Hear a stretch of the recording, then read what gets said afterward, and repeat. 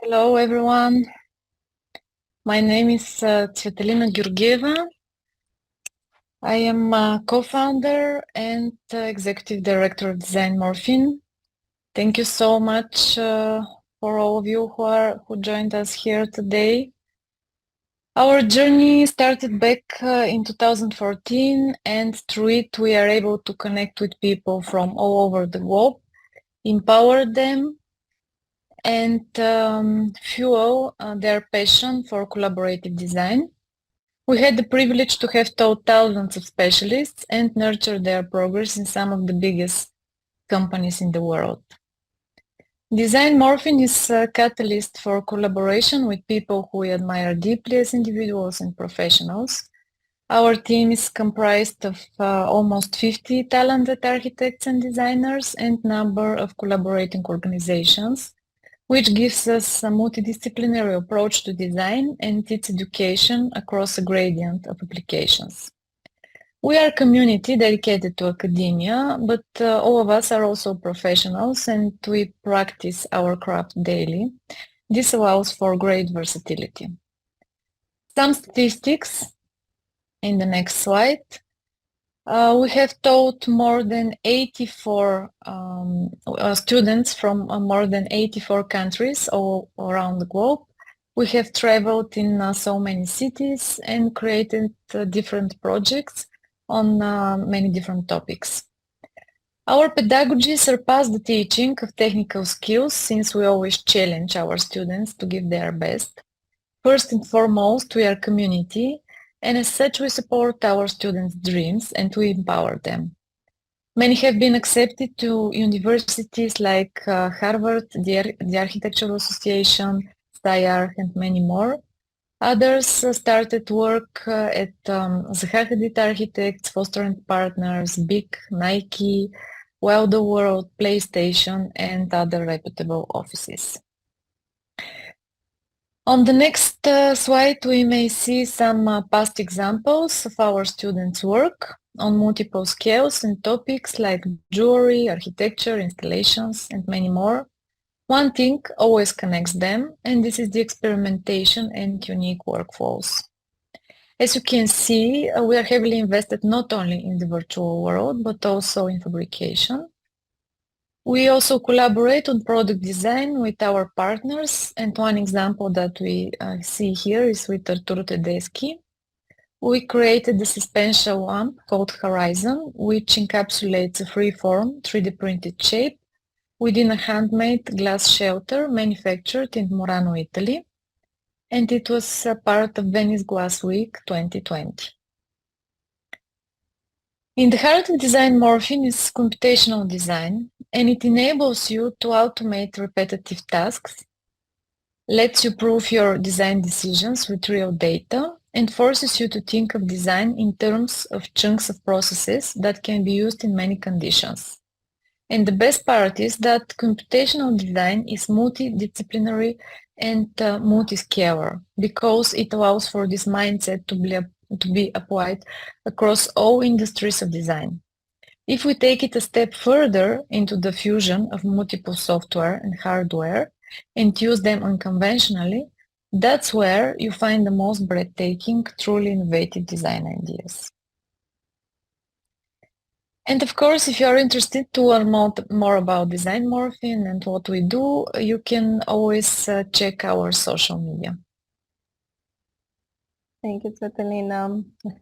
Happy to introduce myself, Pavlina Varzilaki-Pryor here, co-founder and creative director of DesignMorphine. Super excited to be here with you all today to share some of the progress of our Master of Science and in Computational and Advanced Design.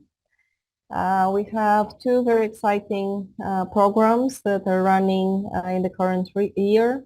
So basically we have a Master of Science, but we also have a PhD in Computational Design, which are both accredited and worldwide recognized by the University of Architectural, Civil Engineering and Geodesy, founded in 1942 in Sofia, Bulgaria. Our PhD offers 12 different pathways of innovation: computational architecture, AI, VR, metaverse, prototyping, smart cities, everything that is basically relevant to the future of design. Well, through our Master of Science, students get the unique opportunity to experience multiple really different industries like architecture, the metaverse, fashion design, industrial, interior, urbanism, vehicles, animation, robotics, all through the lens of computational design. As for the Master of Science that we have gathered today, like to learn a little bit more about, it is in Computational and Advanced Design program, and the mindset and techniques and software taught in the program can be applied to any creative field, and I think that that's what distinguishes it from really anything else. It's vital because it allows for great versatility and diverse professional experiences. And this is the third year that the program is running, and we have the privilege to be working with 32 incredible designers and architects and individuals from all corners of the world. The distinctiveness of the program lies in several key elements. As I said, it gives the unique opportunity to experience a multitude of different industries and really have this versatility and options, right? Like for one to change their industry or continuing, like what they've had the opportunity to work on even before starting the master's. But it is an opportunity really to be flexible, right? Like in a time of rapidly like changing technologies and moving into different industries or like experiencing different kinds of design. It's quite liberating, I can say from personal experience. And also like it allows for great versatility and flexibility because it is crafted to be an online educational experience. And as such, it requires no additional really like expenses like model making or printing, with the only exception of the RoboLab, where students are creating their own swarm robots and RoboPets. We are applying our own accredited pedagogical methods and allow students to absorb information efficiently. And that's what we have been focused on with DesignMorphine for the past decade. DesignMorphine thrives at this teaching of new software. That's what we have been specializing. Especially like to people with zero experience. So even in the program, we have, I think, like more than 15 different softwares, and the students are really like diving into all of them, and they have like a really great understanding of them, like coming out of the program.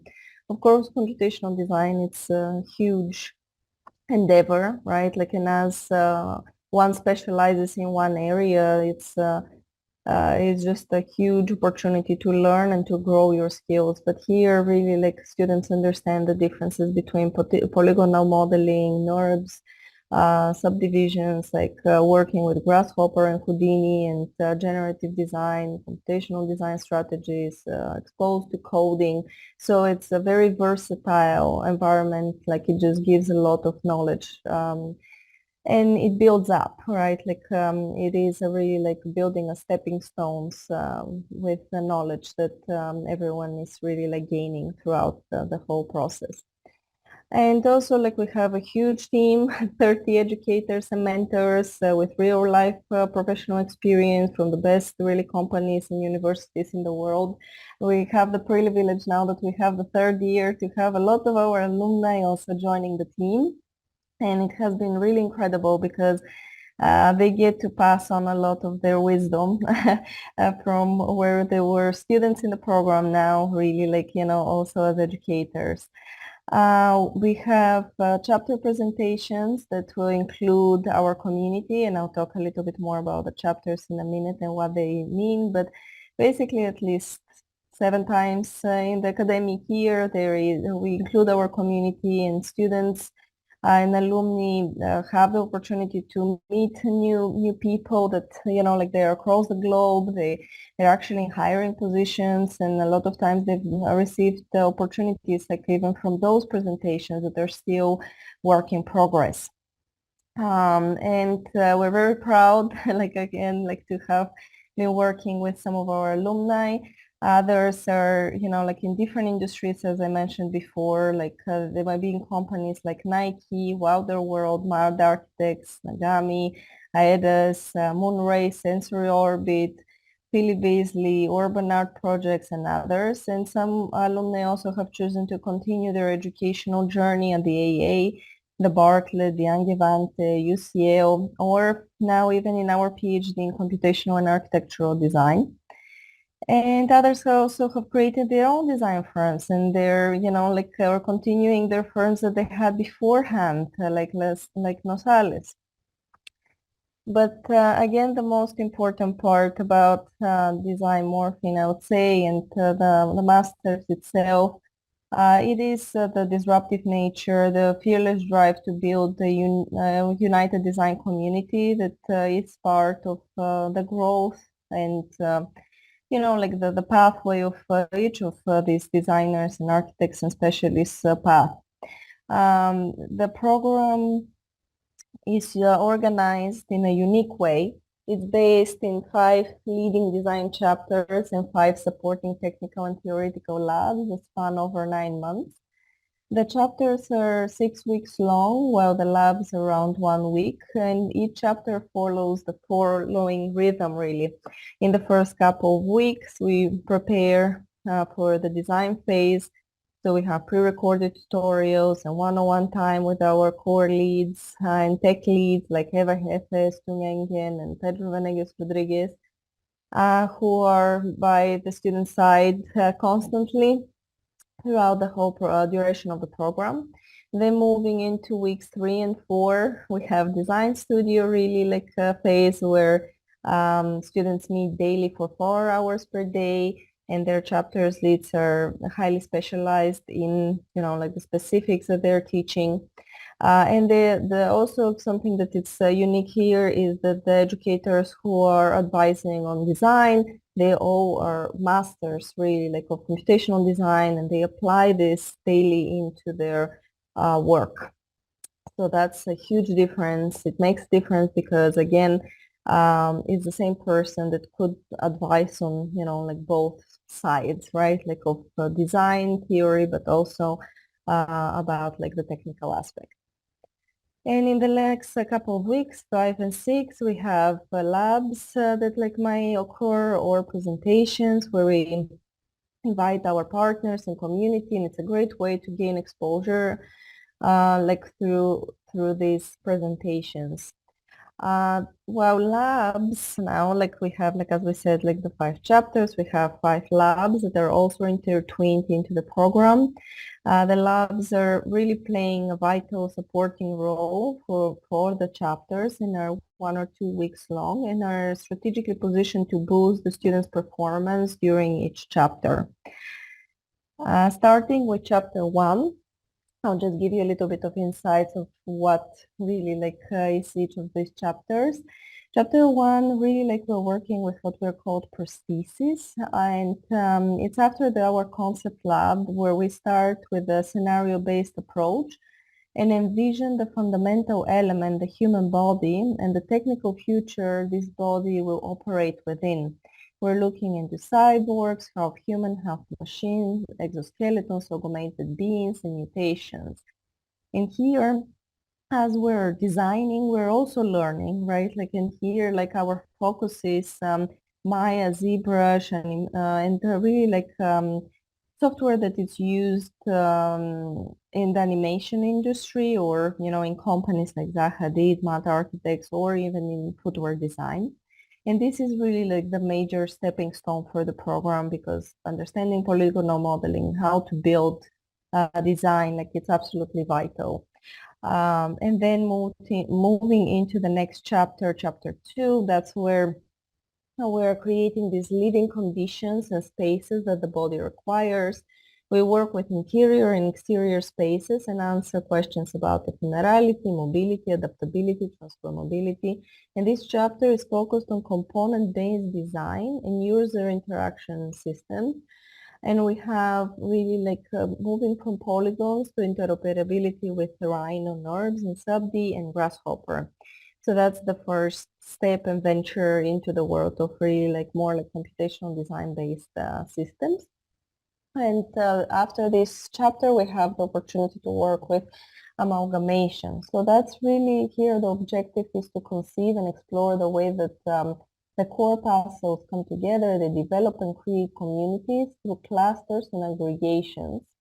And it's the very question of what constitutes community of people. We bring the same scenario and design principles through the chapters. And here we're looking into the generation and optimization of rule-based structures.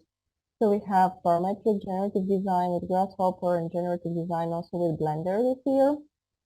So depending on, like the geometries and preferences, students can venture into both spaces.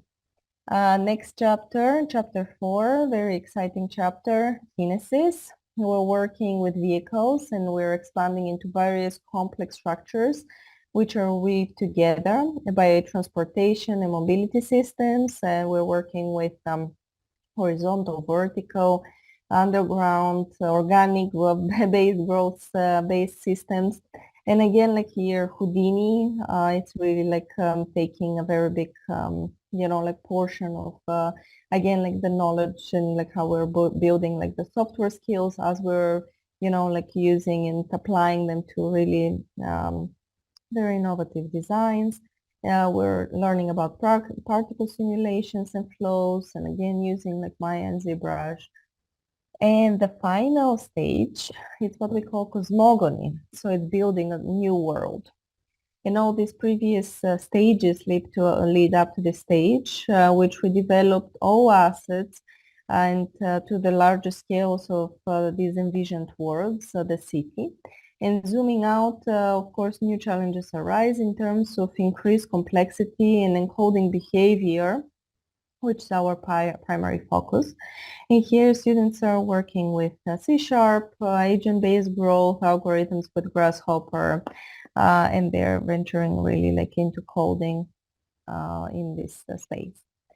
As I mentioned, some of the labs, the concept lab is really like what we start with in the program. It's we're using now a lot of like AI in order to envision like some of the craziest stories. The students have the full flexibility and freedom to choose their own path and their own storylines. It's really like the concept lab is the connecting tissue of the master concept-wise, and it is an essential vertebra of the program. And it's creating this cohesive conceptual narrative across those chapters. And really the goal is for the students to develop a scalable conceptual framework and idea. And what this means is like even, though like we're starting with a concept lab, we're continuing like the conversations and the thought process about like how, creating this or envisioning a new environment that, transcends or like what are the, how it impacts the human body. And then, like moving into the next scales that I just talked about, like how it really impacts them. Another very interesting lab is the media lab, where we have visualization and graphics and how to produce stunning CGI images. We're working with rendering and post-production with Photoshop, and students are creating really unique styles and visualizations through this lab. Moving on to the prototyping lab, where we have, we're focusing really like on different kind of methods of prototyping, about like laser cutting, 3D printing, CNC milling, biotransforming, but really in the past couple of years, we've been focusing more on 3D printing and gaining an understanding of this like prototyping principles and optimization of the digital models. And the students submit a visualized basically version of their designs, and there is no real world model as an expectation, but we prepare the files if needed for any kind of exhibitions, or if we need to print them, then we basically do that part. The robotics lab, super fun, one of the favorites, I would say. It is part of the kinesis chapter. Students are building multifunctional small robots, or what's called swarm robots, and they are basically, like working with specific conditions and rules, sensors and sound, luminosity and movement. And it's very exciting because like basically like they act like little pets in the home, and even we've seen like the actual pets of some of the owners being very curious about like those little robots swarming around like the students' houses. But it does give a lot of great information, really, like this lab about like the basics of robotics, which again, like it is something that a lot of times it is needed, especially in installations. Virtual reality lab, very exciting one, and one that definitely takes a big portion of the program. We're integrating it even now throughout the whole process more and more, because like it does need a lot of understanding about optimization. Basically, after all chapters are completed, we focus on sharing these digital projects into shaping them into one experience. And in this lab, students learn to utilize Unreal Engine to turn their projects into interactive like VR models and make really amazing animations to demonstrate their concept. So it's really like from chapter 1 to chapter 5. So storytelling here is also a vital part of this lab. We also, like these are the 5 labs that were completed, but we also like had the opportunity to focus on collaborative design practices, and we wanted to share with you basically a glimpse of our New York student trip and into the Microsoft Garage. We also had the opportunity to meet in Italy with Farina and in Sofia, Bulgaria for the graduation of the students. So it was really like a great opportunity. We're looking forward to our annual meetup this year also, more to come on this information. But beforehand, like the stage here to Michael, I just want to say a couple of words about the application process. So again, like for the application process, there is no application fee. We have 2 scholarships available this year, which is they're both merit-based. We have Dream Boost and Dream Big. The deadline is the same, 1st of April. And we basically, like with the 2 scholarships, what is important just to understand is that the requirement is to submit a portfolio, link to a website.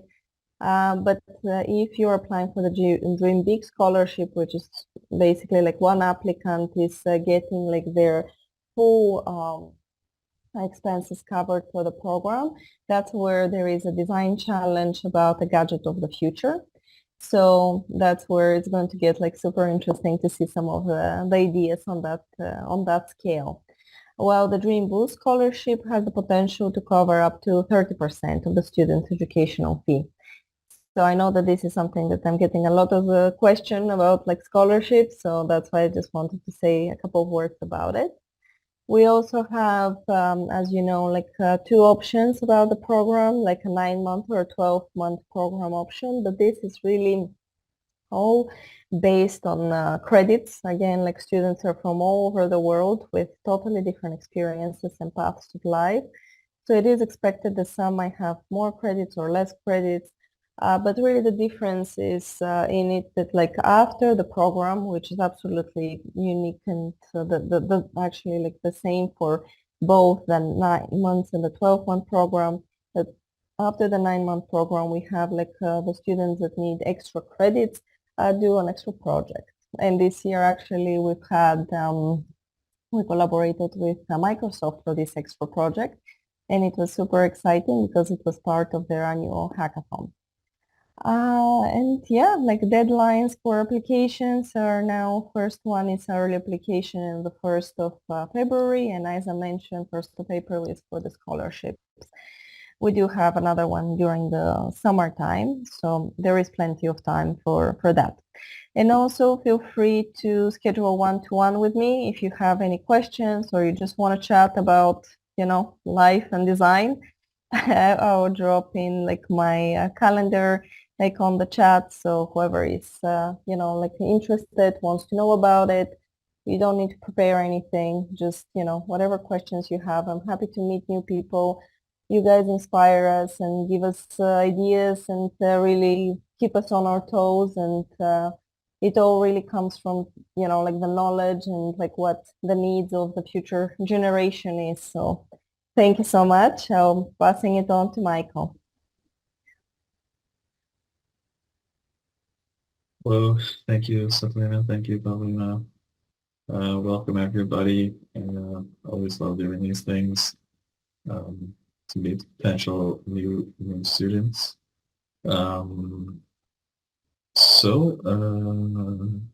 Here. So this is okay. Okay, so yeah, so firstly, just want to go over a bit on our website. For those of you that might not be familiar with our website or how it works, on the main education page, you'll find the master's here and all its information. You'll also find PhD, and you'll find our webinars as well that are upcoming if you're interested in shorter term, educations and webinars. And then we have our other things here, design, we have all of our team, partners, news, and resources. Resources is a popular one. It has a bunch of free tutorial links. But let's jump into the master's program.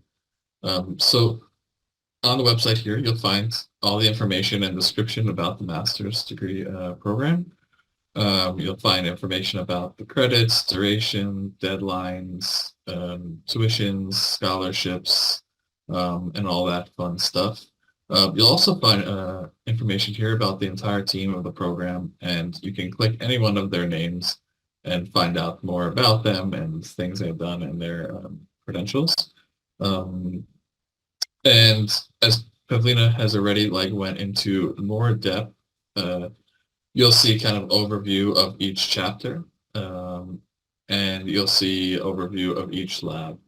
And just to reiterate what Pavlina was saying, the way that this program works is essentially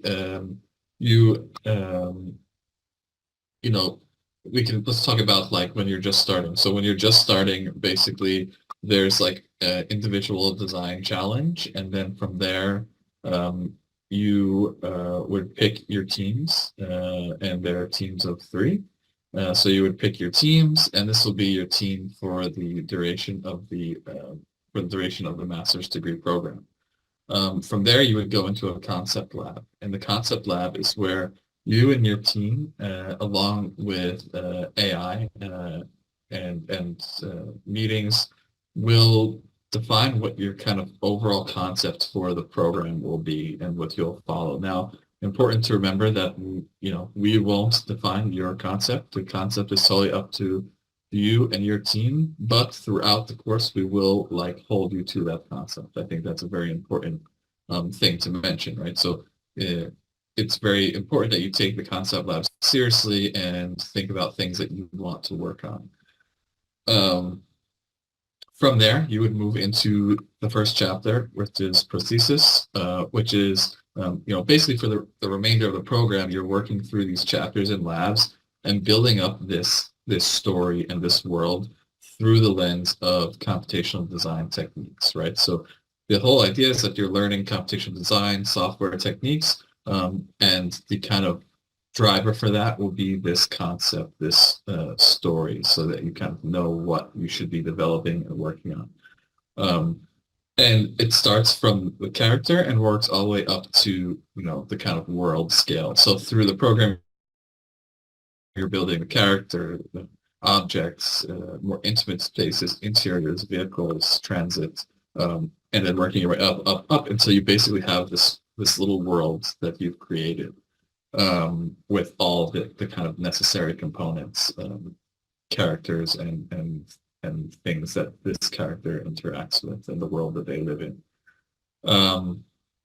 So that's for the chapters, and then through after those chapters, you are or within those chapters, you're also introduced to these labs, which teach you important skills. Of course, there's the main concept lab, But there's also the media lab, which teaches you how to visualize your ideas, right? Like visualization is a really important aspect of what all of us as designers do. So it teaches you how to visualize those ideas. Prototype, which teaches you how to build those ideas in a physical, tangible aspect.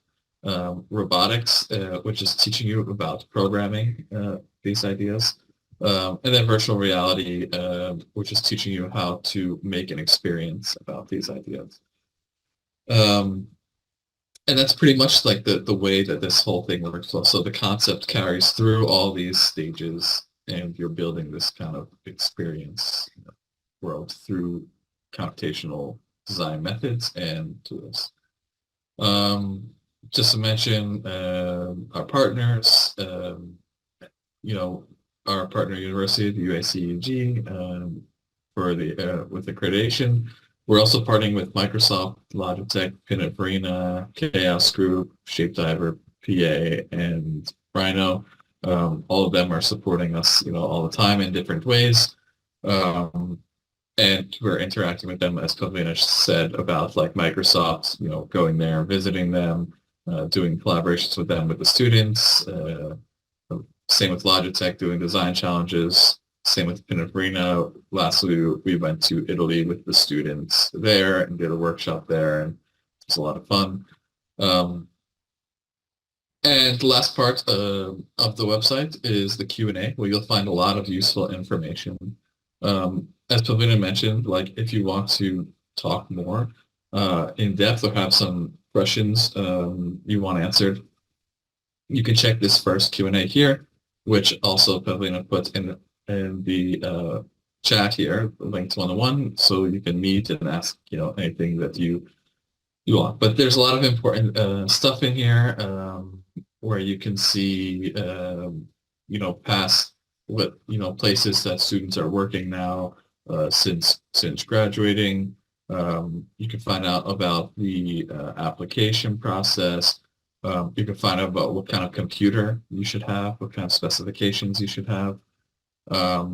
You can find out about student licensing for software. So that's another thing, because it's an accredited program, so you get all the kind of student licensing for softwares through your student email and all that. And there's just a bunch more helpful information in here to check out. So now I want to move on to how does the program kind of operate.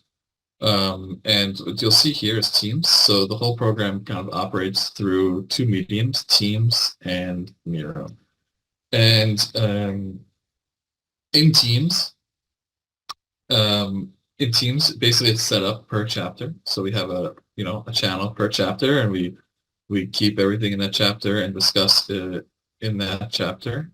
And just to keep in mind that this is like 24/7. So usually someone's always available to help you whenever you need it. This program's kind of like an all hours program because everyone's in different time zones. So there's usually not any, like, as you can ask our students, there's usually not any kind of waiting for too long. If you need help with something, you don't understand something, you'd have some technical questions. So it's by chapter and by lab.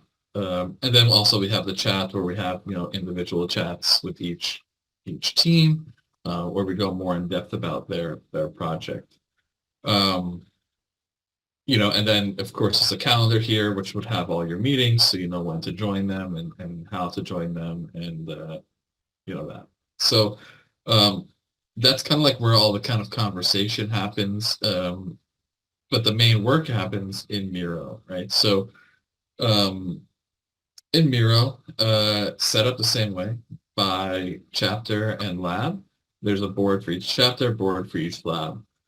Now, there's two kinds of boards that we have, which is a work in progress board and a finals board. And basically, through the entire chapter, you would be working in a work in progress board with your team. And basically, it's like every day you're working with your team, uploading new images, getting commented on by your educators and reviewers, and working towards the final. And then when you get to the end of that chapter, the presentation, you move on to the final finals board where you set up an actual presentation board, and that's where you would present that chapter from. If we look at the boards, for instance, we can look at the concept board, which is the first board you'd be working on with your team.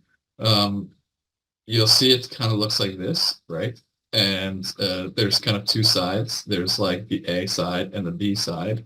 That's because we have two different time zones available for students, and it's pretty much based on like where you're living and what your time zone is. So it's not really necessarily like a choice A, B. It's like there's two groups based on like where you're living. So people in like Europe, people in the US, people in India, people kind of all over the world. So that's why we have the two groups. But for each group, the tutors are the same, the educators are the same, and the interaction and the involvement is the same.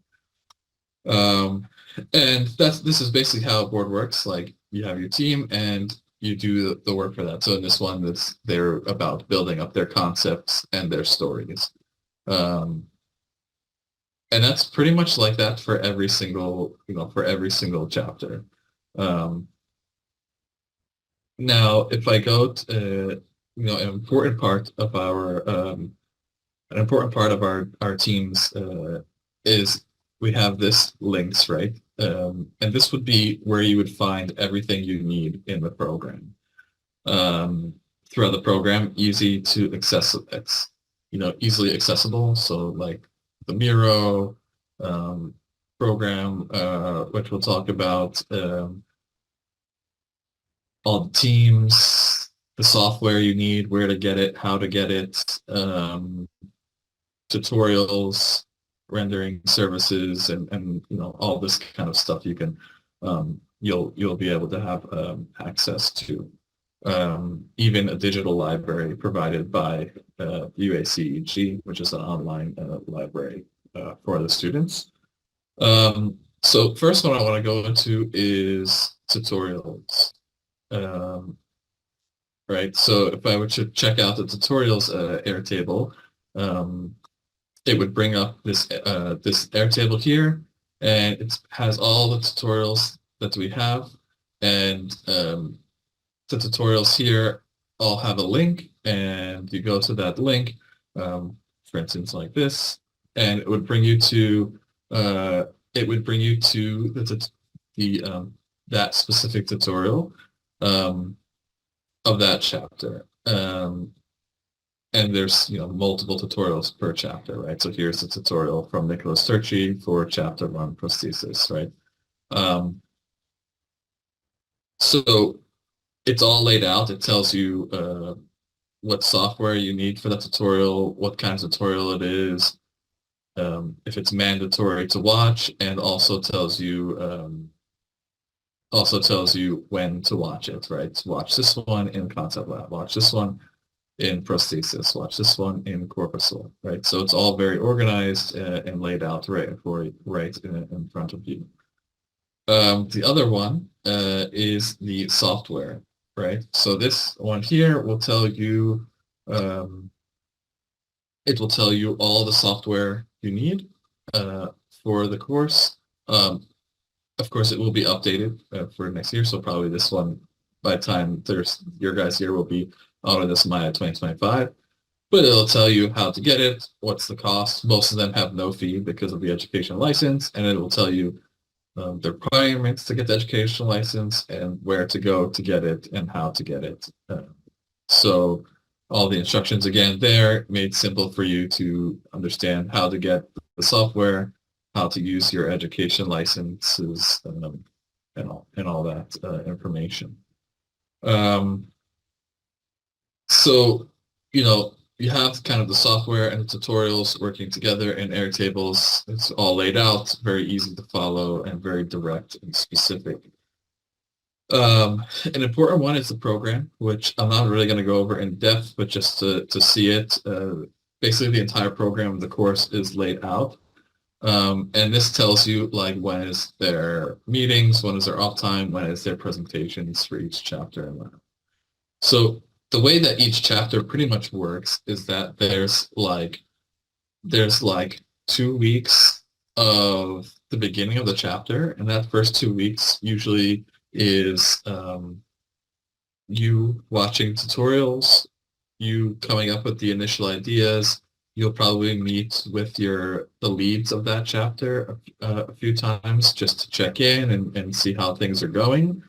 But there's no like official meetings with your educators of the chapter in those first 2 weeks. Then you have 2 weeks where you're meeting every day uh, with your chapter leads. The leads are different for each chapter.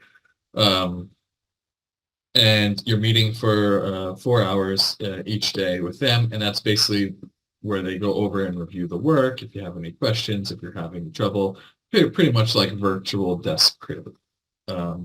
And so that's happening, every day for those 2 weeks. And then there's another 2 weeks where, again, it's without the main educators. It's more with your leads and your mentors.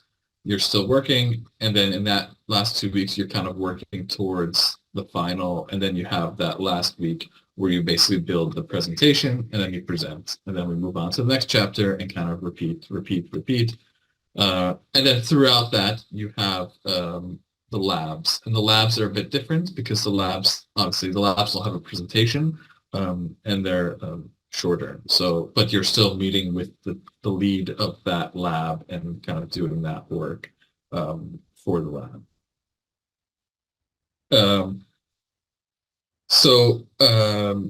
Yeah, I think that's pretty much like the overall workflow. I just want to, before we move on, I want to just reiterate the importance of like just checking out the website, checking out the Q&A, because a lot of information is there, especially the computer, right? The computer's super important. You need to have the right tool for the job, right? Like, just like a doctor needs the right tool for the job. You need the right tool if you want to do this kind of work, right? So definitely check out all that. And I think, I think that pretty much covers how the program goes, how the whole kind of workflow of that goes.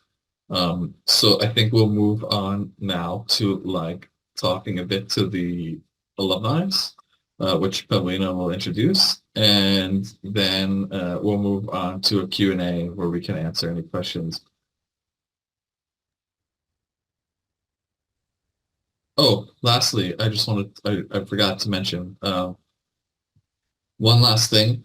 After the program, we have a Discord with all of our alumni. So since we're moving to alumni, we have a Discord with all of our alumni, a kind of like alumni secret Discord. So where we keep up with the students, we keep interacting with the students. We have a bunch of different things like tutorials and help, right? Like students are helping each other, and we're helping students even past the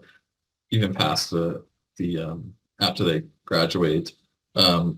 Career opportunities there. Whenever we or someone finds an opportunity for a career, it's posted there. Industry updates, and of course we have memes as well.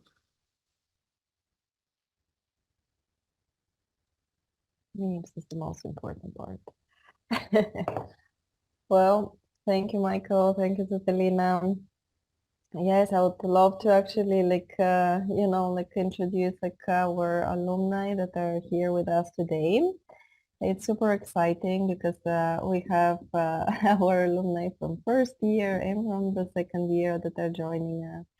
And I would love to just, hear about how you guys are doing, what you have been up to, hear more about your endeavors and how, it has been for you. So after the program, during the program, I think it's quite valuable, to get to hear a little bit of your voice also. So today I'll give you the opportunity, of course, to introduce yourselves and what you do, who you are, how you use computational design, why this was important for you. We have today with us Samuel Carrillo Lacouture, we have Dylan Collins, Anthony Guiara, Ryan Jung, Kate Borishenko, Oscar Olsen, Fatma Farag, Clark Chang, and Laura Civetti. So yeah, like I'm super excited like to see your faces like from the summer or like before that, but it's really great. So thank you guys for joining us. Yeah, so I think, let's just, jump in. I think you should call people.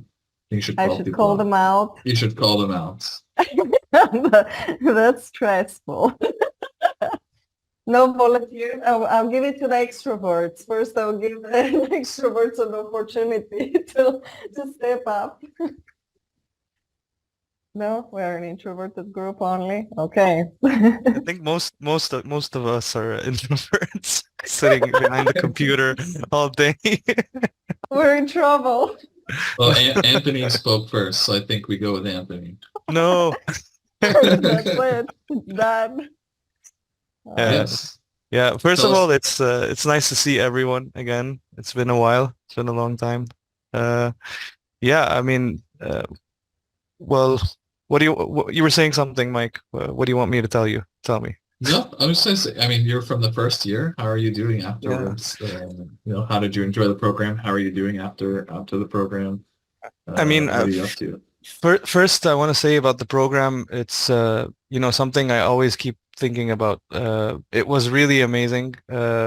Something that maybe I've said before, like when you enter this program, you really start to think differently. And I think you guys touched up on that when you were talking about computational design, about not being just knowing software, but it's really this mindset of thinking, a way of thinking about design.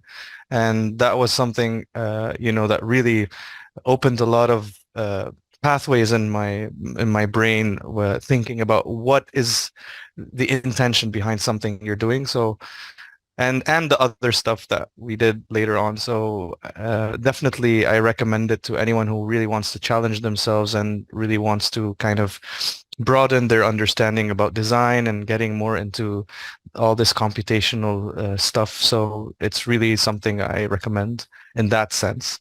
After the program, basically, Mike, you know that, and Pavlina and some alumni here know that I've joined the Wilder World team. So I'm currently now a procedural artist with under the wings of Oleg and Mike.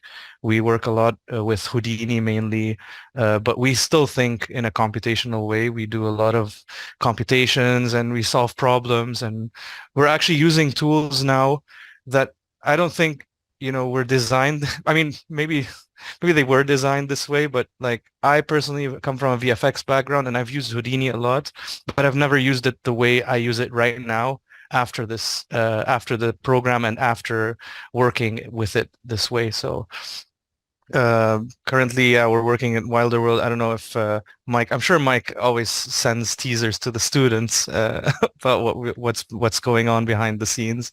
But yeah, that's mainly what I've been doing. I also work a lot. Sometimes, I love here in Dubai. This is where I live. There's a lot of people who do a lot of interactive installations, so I have fun with that, and I use a lot of the computational stuff that I learned in the program to kind of come up with cool setups and stuff like that. But mainly it's Wilder World building tools for Unreal Engine, for the game designers there to like kind of build the whole world, because obviously they're building like Miami as it is. But yeah, it's been a fun ride and enjoying it a lot. So yeah, definitely looking forward to seeing also what I mean. I'm seeing every year how people are doing stuff from DesignMorphine, and it's really cool that now also there's a lot of AI. So it's exciting stuff. Yeah, for you guys, like the first year where they have the AI option. No, we didn't. You had a real like Stefanos, like that was your AI, like the educator for the concept and theoretical lab. Yeah, But that was it. We didn't have the concepts, but it was nice. That's what I mean. Like we were able to come up with stories and then try to, translate them into visual narratives, and that was what's cool about it. So, but hey, It's We changing now. appreciate a lot of like you know, like the rigor that went into all this work, because especially the first year was like blindfolded. There was no information, or you know, like what, you know, like how the whole program like was imagined. Like we had guidelines, but we were also like open to then discovering a lot of new things. But yeah, thank you, Anthony, for sharing. You know, like we're very proud of like what the team is doing, like with Wilder World, like the whole generative design team, basically, of Wilder World, which is one of the metaverses that it's like still, you know, keep going on strong and like building like Wyami, or like the digital twin like of Miami, like as you know, like playground, virtual playground. Like we have also like Eva, who is like part of this team, but the whole team is really comprised of this. So great. So yeah, Thank like you. since I'm passing it also like to Eva as your peer, and also she's in the program with us. She's one of the core leads. So I would love to hear from you, Yes, Eva, also. seems like I've been a core lead for long, because you forgot to count me in the alumni now. Yeah. So I just want to say, like, even I was a part of the first batch, and it was like a really nice experience and journey for me. Like until now, I really credit the thinking that fueled in me because of this program, like both for my passion and my professional thinking, like computational thinking, procedural thinking that I picked up from the program is really helping me in my professional background. As like Pavlina mentioned, I'm also working with Mike and Oleg and Anthony in Wilder World. And also like the good part, the best part actually of this program, which was even a benefit for us, like, okay, we did not have AI and stuff. And if you even have AI and stuff, you have the creative freedom to think about a world that you really want. Like you really want to design. That's like your world. You want the zombies walking under the water, or you want them flying in the sky. It's your world. So you are like an art director here. And that like, that's what something always was my passion, like thinking sci-fi, concept art, and having my own world designs and environment. So this is a program that really, you know, pushes you to design and control the softwares. Like think as and imagine as much you want, and you have like people here helping you out always, and you know, you like get the one-on-one guidance always. And also like being your core lead, I can also say that I'll be haunting you always, like all the chapters and throughout your designs I'll be there. And you would even have Pedro and Tung, like the core lead from other group, who will be with you guys as like your virtual team partner. Like won't be like as educators, but more like your team members, because we'll see your designs from starting until the end. So it's like just shaping with them, like with a flow, with an organic flow. So yeah, I mean, I just want to say, like, I really had a fun ride during my masters, and I'm also enjoying as well, like seeing the program grow. So I can say like every batch has like a bonus brownie points, because there's something always new happening every year. And the last year students would be like grudging over it. Oh, we didn't had that. So it's always like plus points for the next years as they join. And if you're thinking about this program, I would just say in Ryan and Kong styles, join us. That's it from my side. Is that a gateway for me to just go? Like Calling out for you, yeah, passing the baton, you know. Yeah, I'm right now working like totally different things, like other than these guys here. Like they're like working in model works, dealing with all digital stuff. And right now after I graduated from DesignMorphine last year, I started working in Toronto with in Philippines Studio, where we make lots of interactive installations and sculptures that are made out of like modular blocks.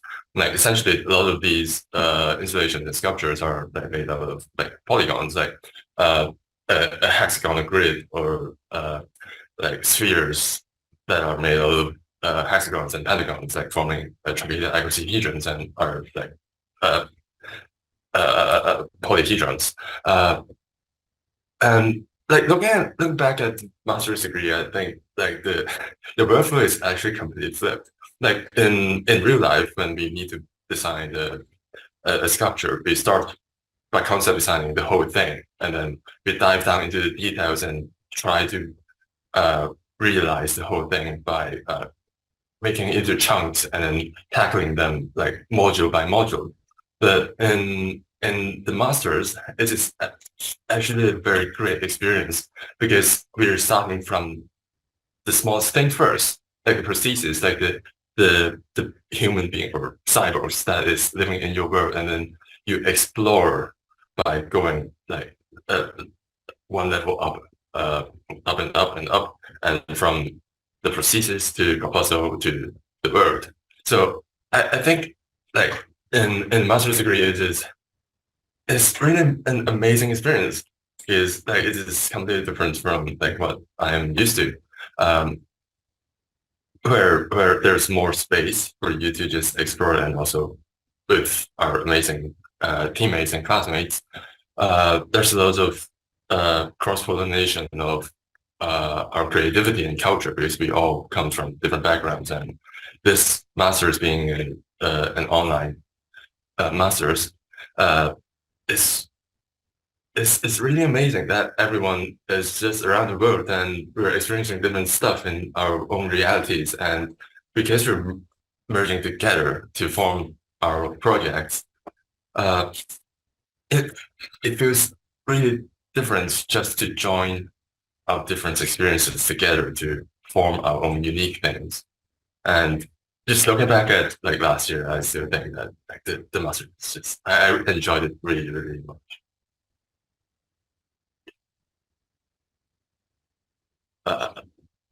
I am out of words. Someone help me. Pass it to somebody else now. You have the power Mama. to choose who else like you want to like hear about like their journey, how they're doing. Mama, how are you doing? Are you still underwater? Still underwater. I'm still stuck there. You're still stuck. That's amazing. It's always and forever. Somehow, I'm always going back to the underwater. But like, yeah, what you were saying is like actually, this really resonated with me as well because, well, I come from an architectural background, and it's for the first time, I feel like in this master's, creating the like entire world building was something I've always wanted to do. And then I had the chance to do that, but like within a structure and with so many new tools that I've never used before. And like I always have these weird squiggly sketches that I could never really like make to come to life. But now I have that power, and now I also have the power to like also teach others to do that as well. So I'm kind of like all the knowledge that I kind of gained either from the tutors or from like the team leads or from my team, like not teammates because I was alone, but like with all my classmates, and especially in like Bulgaria when we all met, I learned so much in like these 3 weeks. It was amazing. Like just like watching people like work and everything.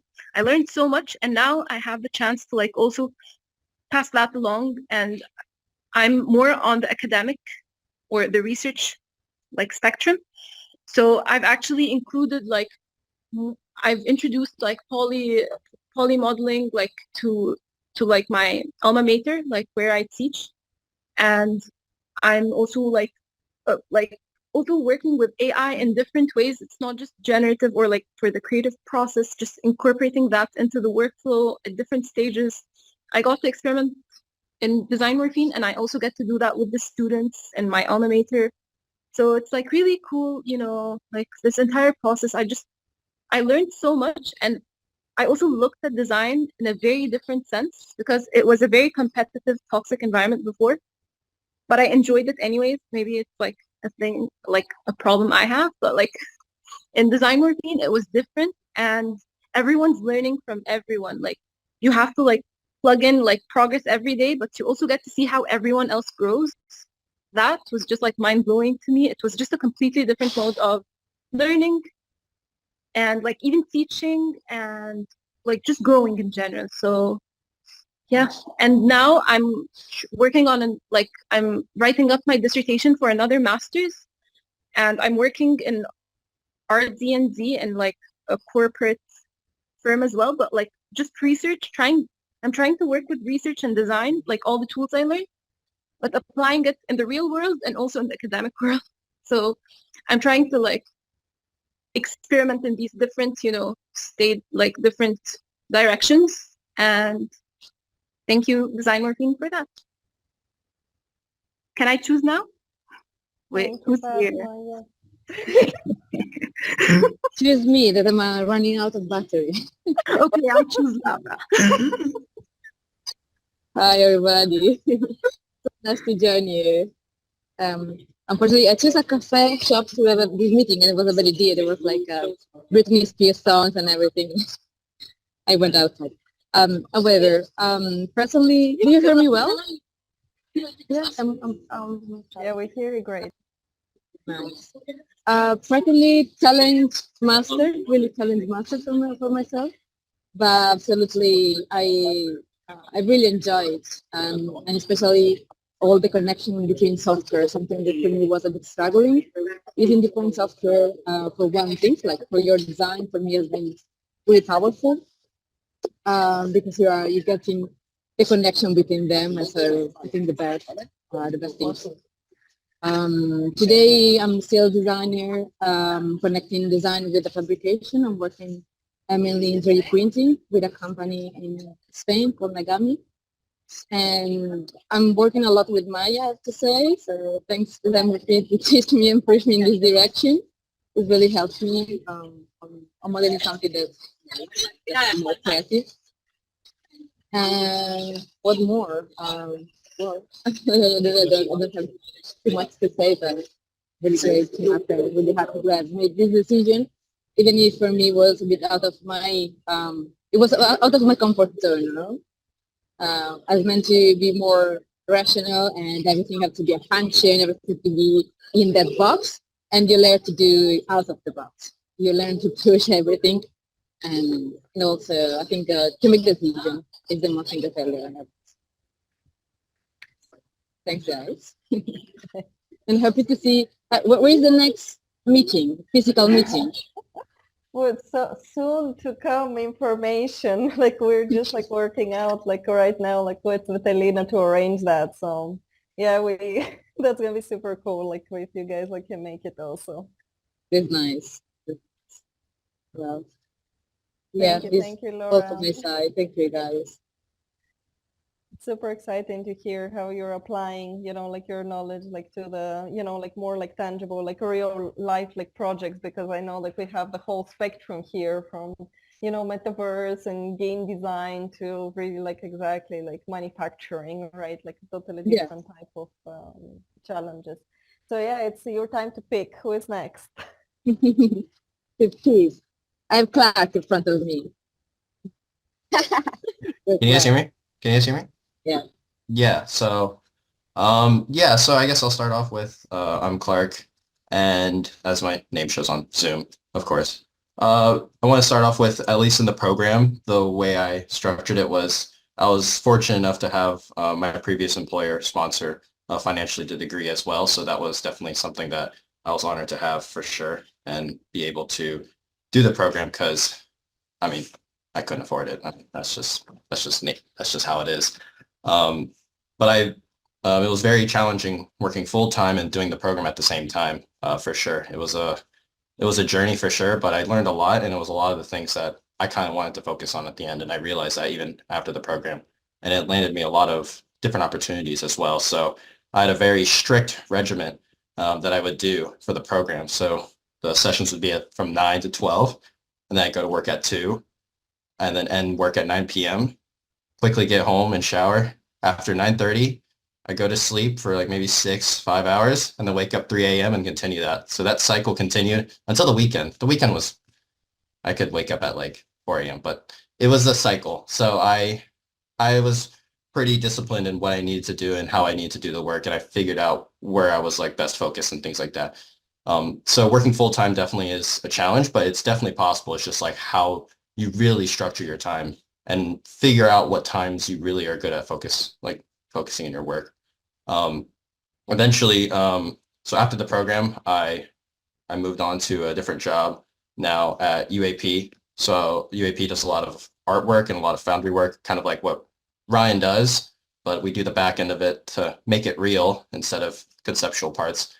Sometimes we work with artists alongside, but a lot of these programs that we use in in DesignMorphine, whether it's Houdini and ZBrush or Maya, they all use as well in UAP as well. And when I interviewed for the position, I showed a lot of my work from DesignMorphine. They were super interested in how that can be applied into a fabrication point of view. So we actually started using Houdini, and they use ZBrush mainly for all their sculpture work and all their metal casting work that they do.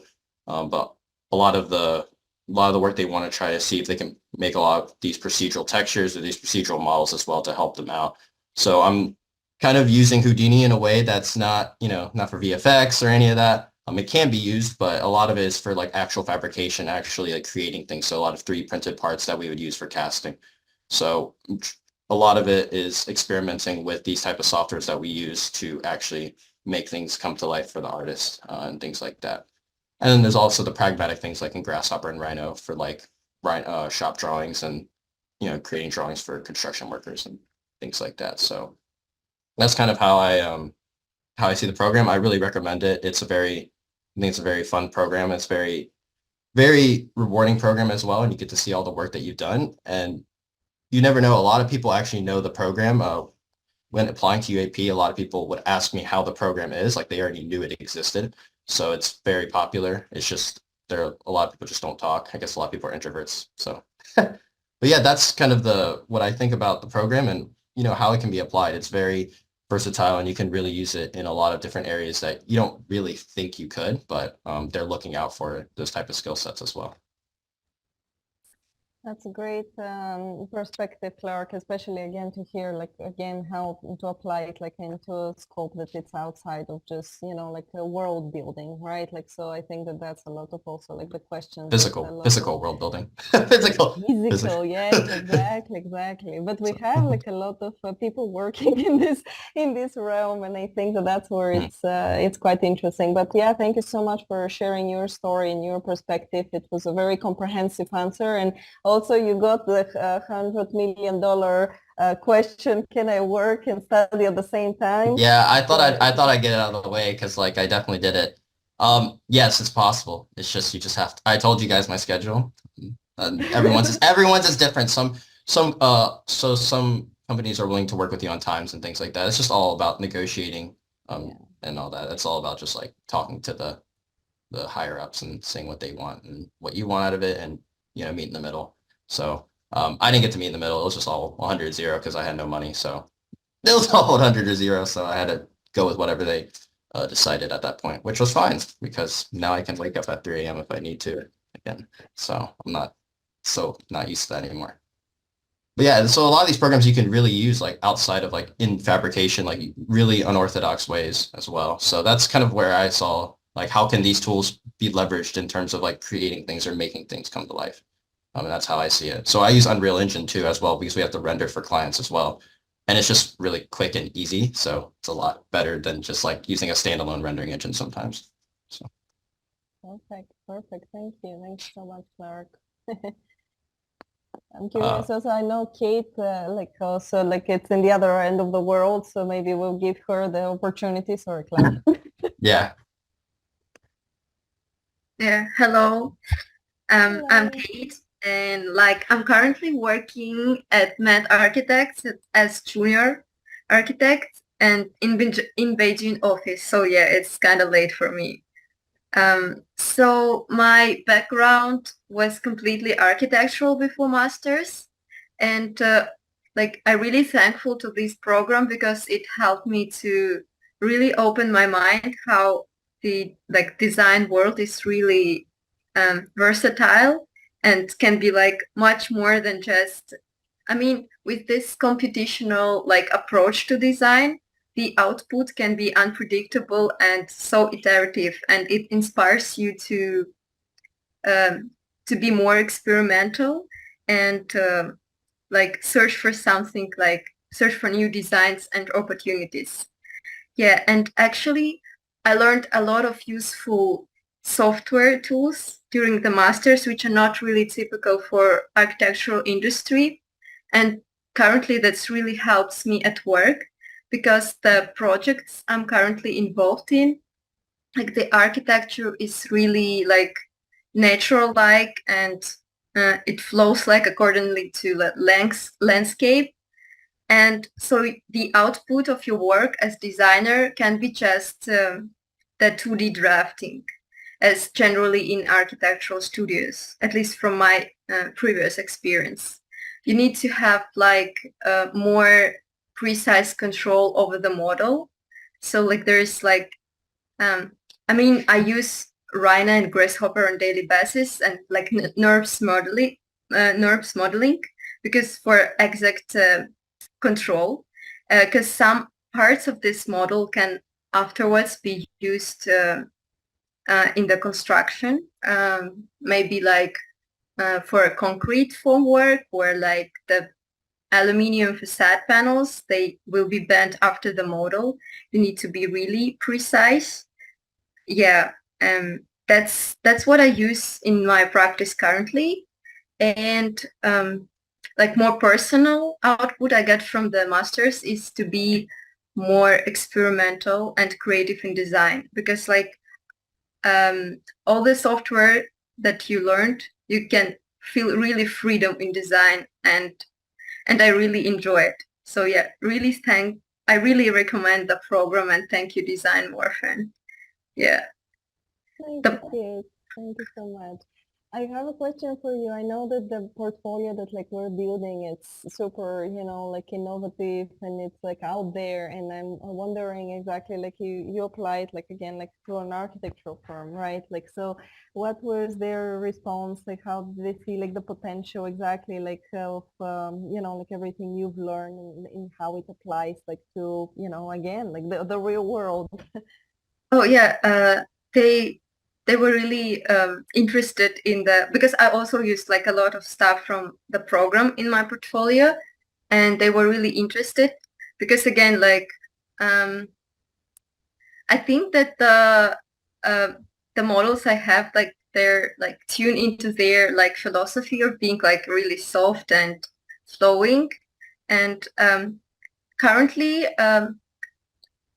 there are quite a few people in the office that learn Houdini, and I think we might think of the way how implement it in the work, because currently it's mainly Rhina and Grasshopper, but I think it would be interesting to also implement Houdini to be even more iterative and experimental, because it's like that's what you need in architecture. There's always like updates from clients and asks for change and stuff, and the way you design it in Houdini is really useful for such things. Yeah. Yeah. Thank you. It was great hearing from this perspective, like how you're using like your knowledge, and that you're enjoying your new endeavor like in Beijing. Yeah, I really enjoy, like, except for one thing, that there is a lot of stuff in Chinese. Yeah, time to learn Chinese now. Yeah, in process. Thank you, Kate. Yeah. So I'll pick Oscar as my DesignMorphine teammate. All right. Well, I mean, I'll talk briefly about it. Obviously, the program was really interesting. I got to work with Kate, which was really fun. And I mean, I think it really, to me, like the reason I went into the program originally was to sort of get more understanding of different types of geometry and how we can actually work with them. I came from a product/industrial design background, which means that it's like the design language often is very sort of square, and people are using like SolidWorks and Fusion or whatever, and it leads to kind of boring design outcomes, in my opinion. And so my goal with like picking the program was really to pick up more skills so I could do things that I found was more interesting in terms of shape and in terms of sort of ideation. And I think the program does open up that sort of mental capacity for you as well to be able to do those things. Having sort of the skills to know how to, get to those shapes and those geometries does make you think differently as a designer, and I think that's like a big plus. And then obviously I got to come back and teach chapter 2 along with Alejandro this year, which was a great experience. Getting that opportunity to kind of, from being in the program to being able to come back and help out and teach the next year, I think brings a lot. Having that sort of fluid as an organization as well, and like being that open to bringing in the students, does give us a lot of opportunities to sort of explore those pathways as well that I don't think would have happened in like a more traditional university setting, where maybe it's more stratified and like you don't get those chances much. So yeah, that's a bit of my journey, I'd say.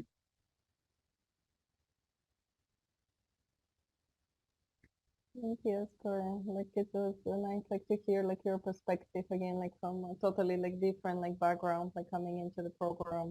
Probably like for you, like it was also like a lot of like different programs that you've learned. But I know that like you were one of those that like was picking it up very, it seemed that like you were very well versed and like it was easy for you to really learn them. At least like that's how it looked like.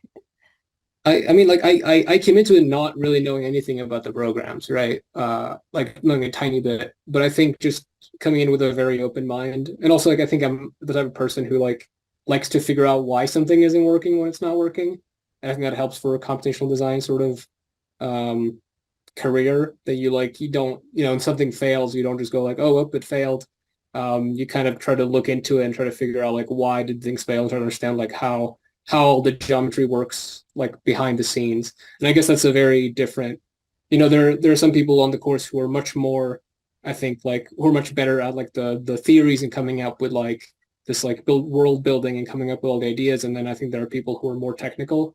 And I think the masters like bring those two skill sets together, I think is also a very interesting combination. Because I think both those types of people need each other to sort of make better work. You sort of complement each other. Thank you so much, Oscar. It's really amazing, and it was really great to have you also as one of the educators this year, like in chapter 2, like again, like bringing your perspective and your experiences like to the program. I think it's been really great. Yeah, thank you. It was great being there. We can move on to Sam and Dean because I know like they're from the first year, so Go. We have a couple of people from the first year. I know that it's been a couple of years, guys, like for you after the program, so you can tell us more about like like how it was for you, like the first year, and now like outside of that. Yeah, sure. I guess I can go. Well, I mean, it was like a really interesting experience to be kind of like the guinea pigs of the beginning of the masters.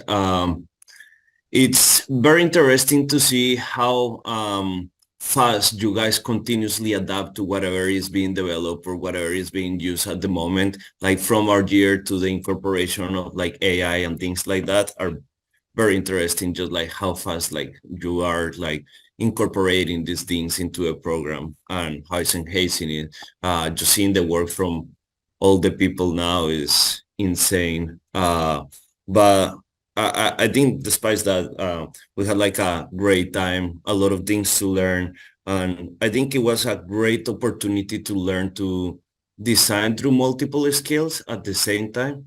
I was an architect and I was working on the architecture field before that and kind of like focusing mainly in that. And it was very interesting. Well, first to have like the space to create a whole new world from the ground up and go through all the different skills, but also like to pay attention and changing the skills in which you are designing and incorporating like computational design techniques, which later on I never imagined so, but it ended up being very helpful because after graduating from the masters, I ended up working in Nike, just designing footwear, which I never expected before I started that.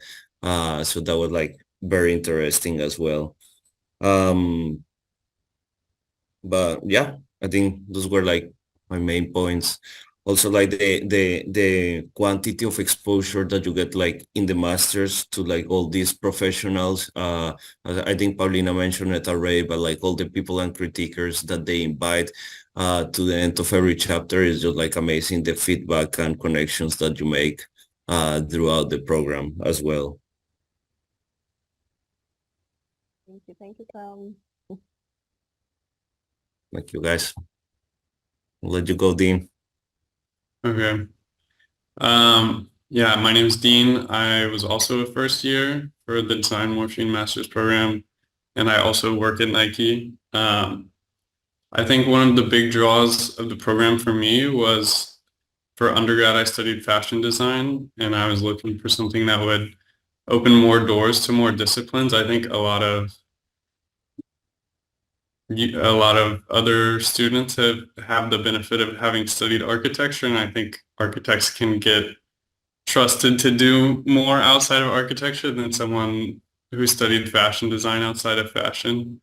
So I was really looking to broaden my skill set. I had no 3D experience before the program, and yeah, just sort of broaden my horizons and explore and maybe figure out more of what I wanted to do. I ended up, now I do footwear, which I didn't land that far away from fashion design, but I used the programs that the master's program taught every day for work. So I think, you know, having this skill set has definitely opened my capability of like, if I want to approach a new project for myself or something career related, it's very much more approachable.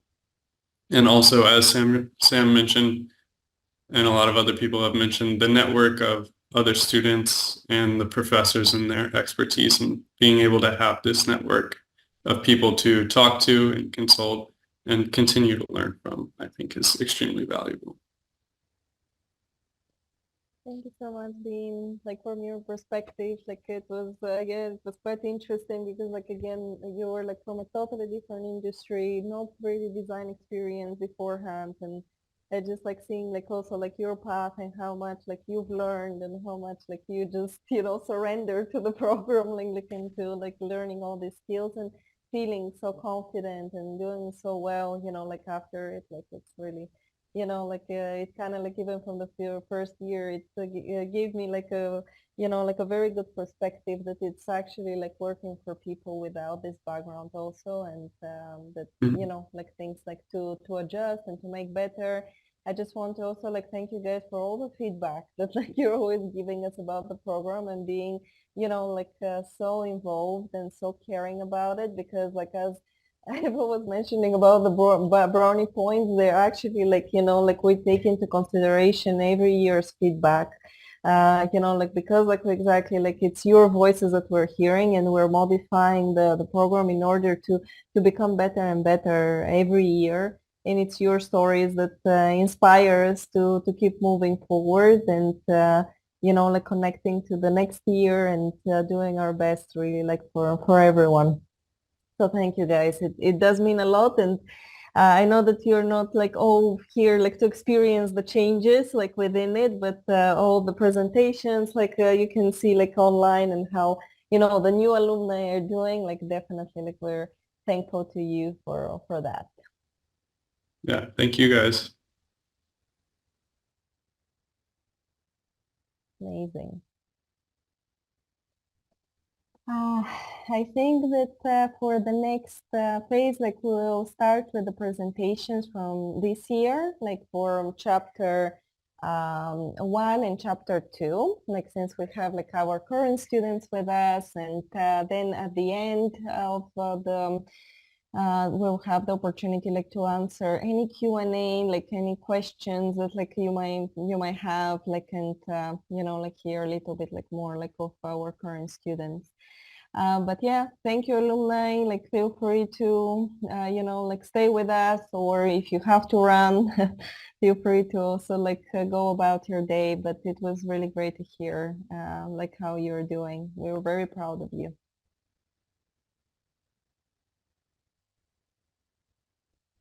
So we'll have the first team like starting Hey guys, great to see you. Hi, yeah, it's great to be here. Okay, so I'll start with sharing my screen. Don't forget to introduce yourselves. Yes. Perfect.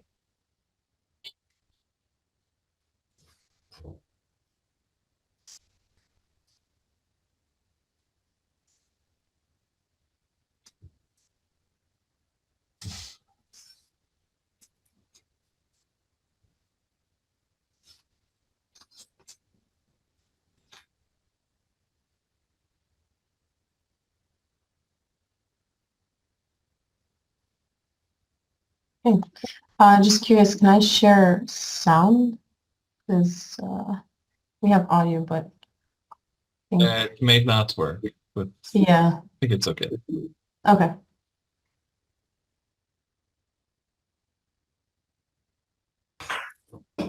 Right.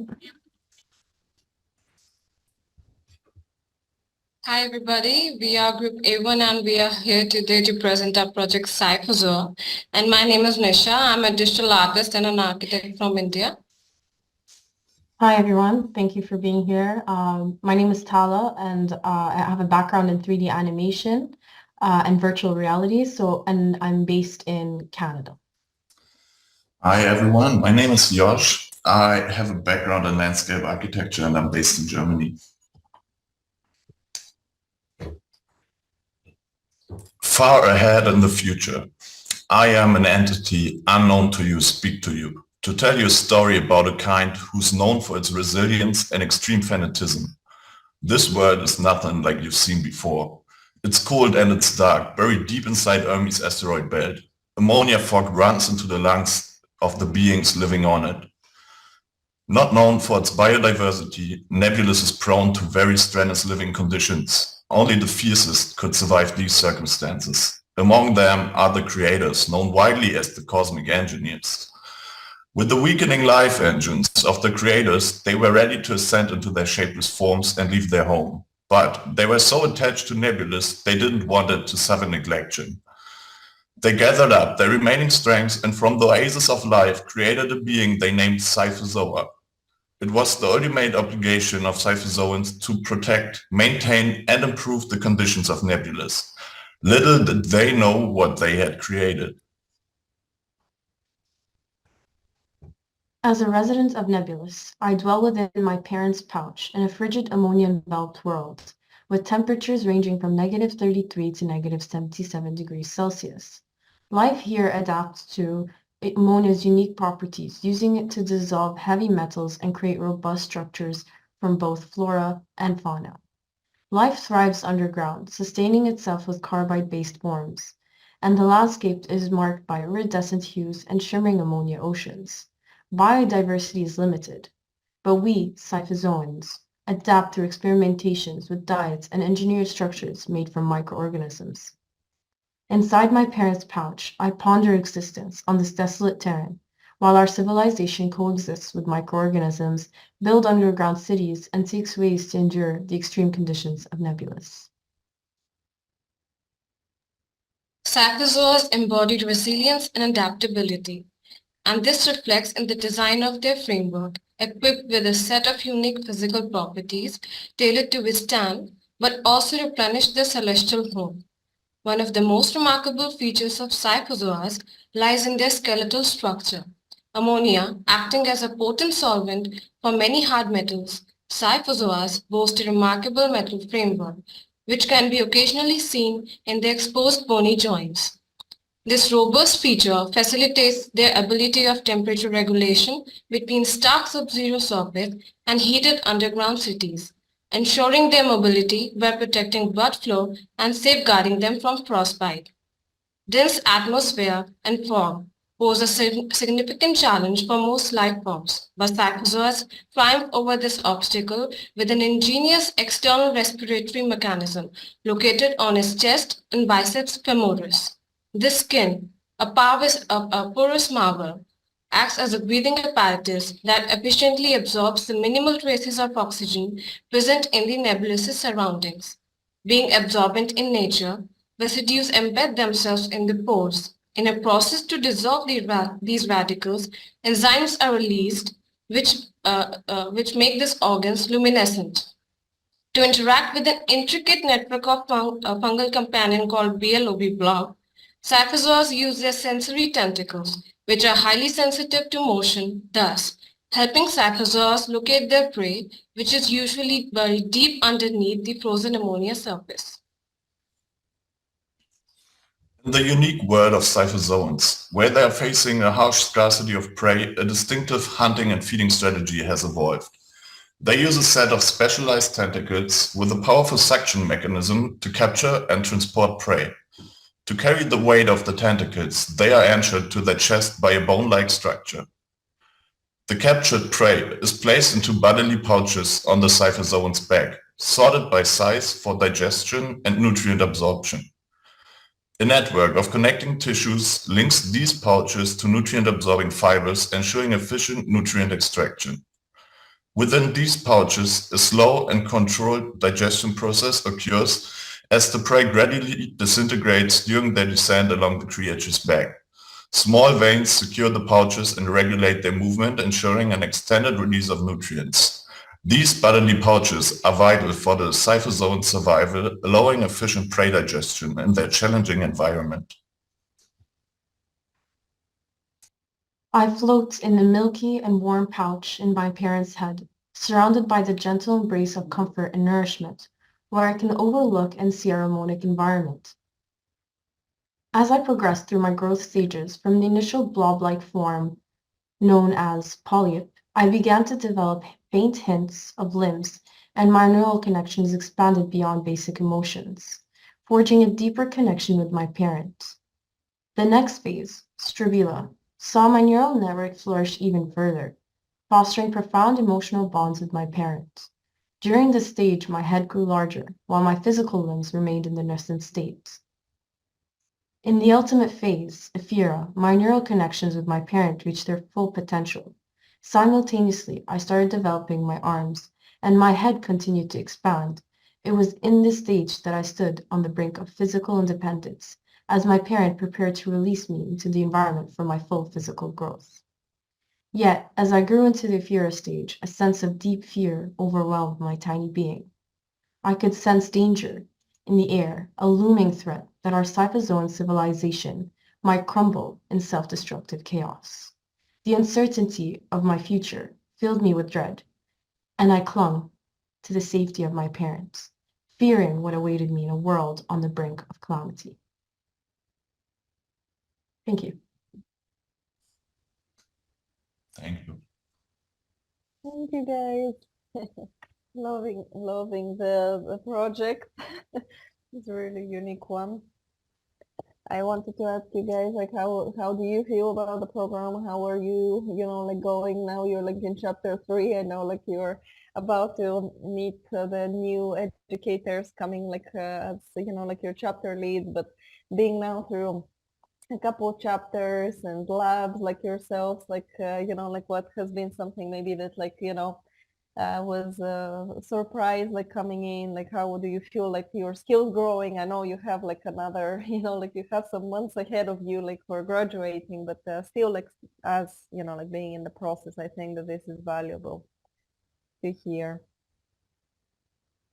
Yeah, I think for me at least, coming into this program, I was very excited. And honestly, till now, I'm super excited for each chapter. It's just, the one thing that I really, really appreciate about this program is that with each chapter, it's like new softwares, new endeavors, and it builds on our skills from previous chapters. So it's a great learning experience, and like working with a team that's creative and putting our thoughts together and ideas together is super great skill to have, and I'm always looking forward to the next chapter. So yeah, it's great so far.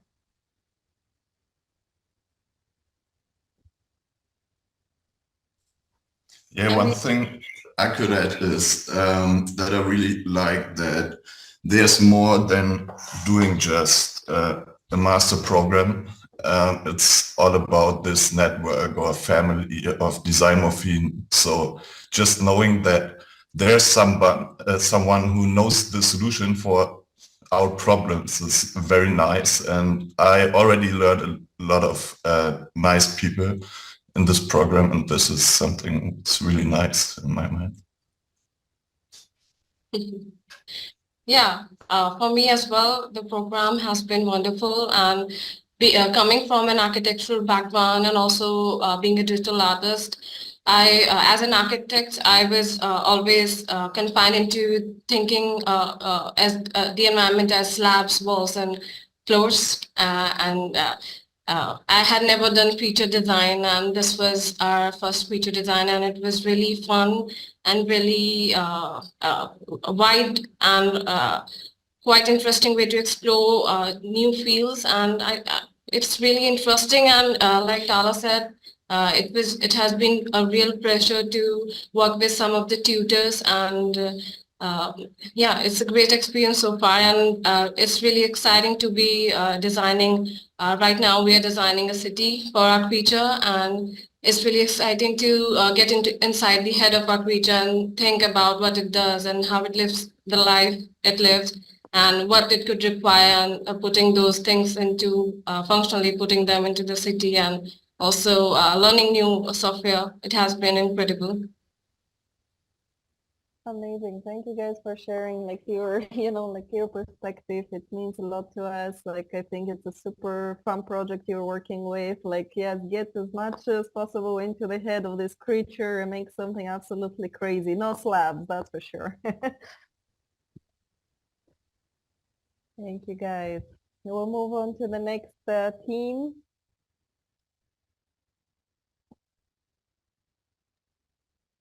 Go ahead and share my screen here for you guys. My screen share working correctly? Perfect, thank you. Great. Gina, would you like to open us up with your introduction? Sure. Hi, I'm Gina. I am a graphic designer in Boston. Well, my name is Alejandro. I'm an industrial designer based in Tijuana, Mexico. And I'm Brady. I recently graduated with a degree in architecture undergrad from the Savannah College of Art and Design. And today we present to you the tale of a civilization known as the Viridians, a cyborg race from a distant world of Ekrondor. A trembling shadow fell over the loose rock and lava tremoring in the wake of current tectonic plates, shifting just yards away from where the Viridian Impey stood.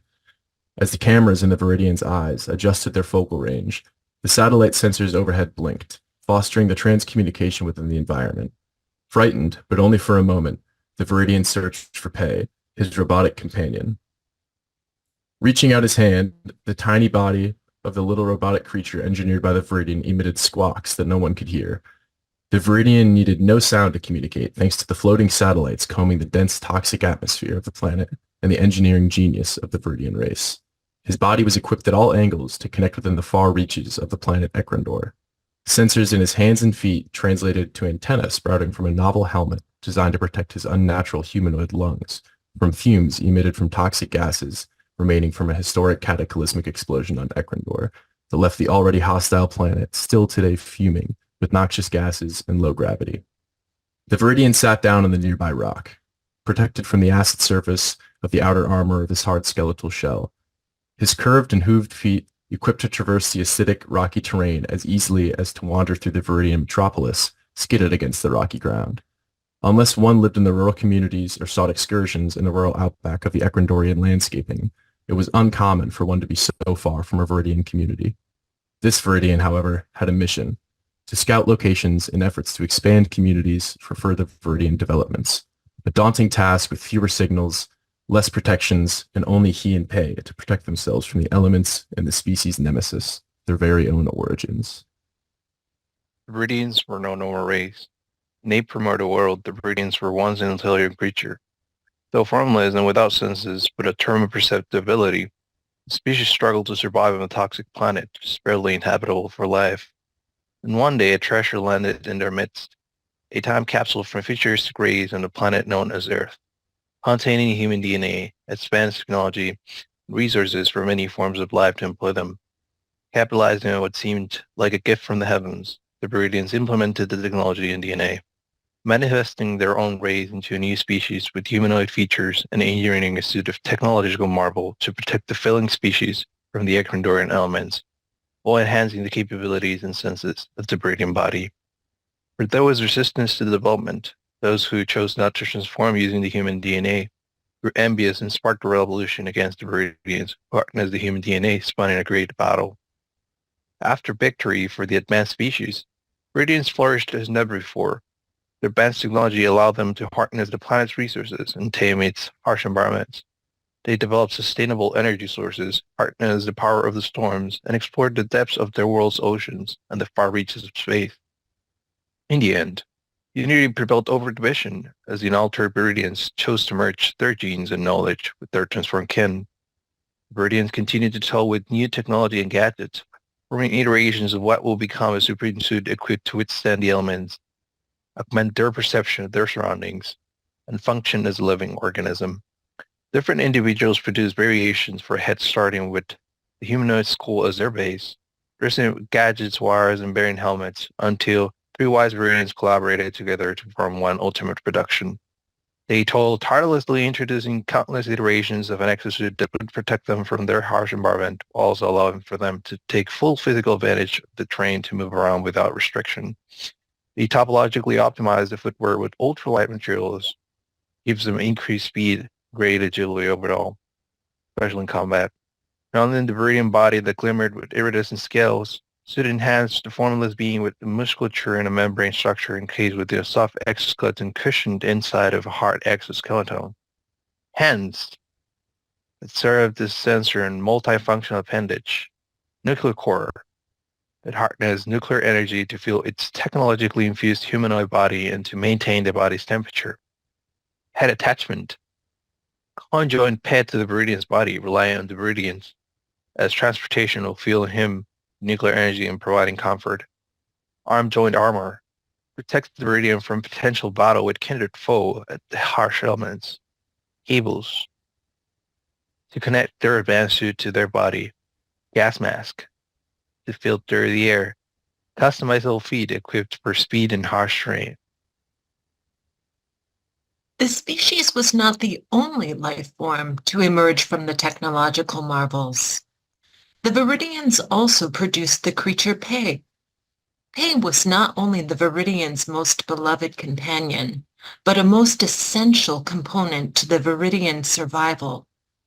Fixed to an attachment, Pe rode the Viridian as a backpack, charging directly into the Viridian energy core with nuclear energy channeled from satellites and the resonance in the environment from the nuclear explosion many years prior. Whether at his side or on his back, Pe traveled with the Viridian everywhere.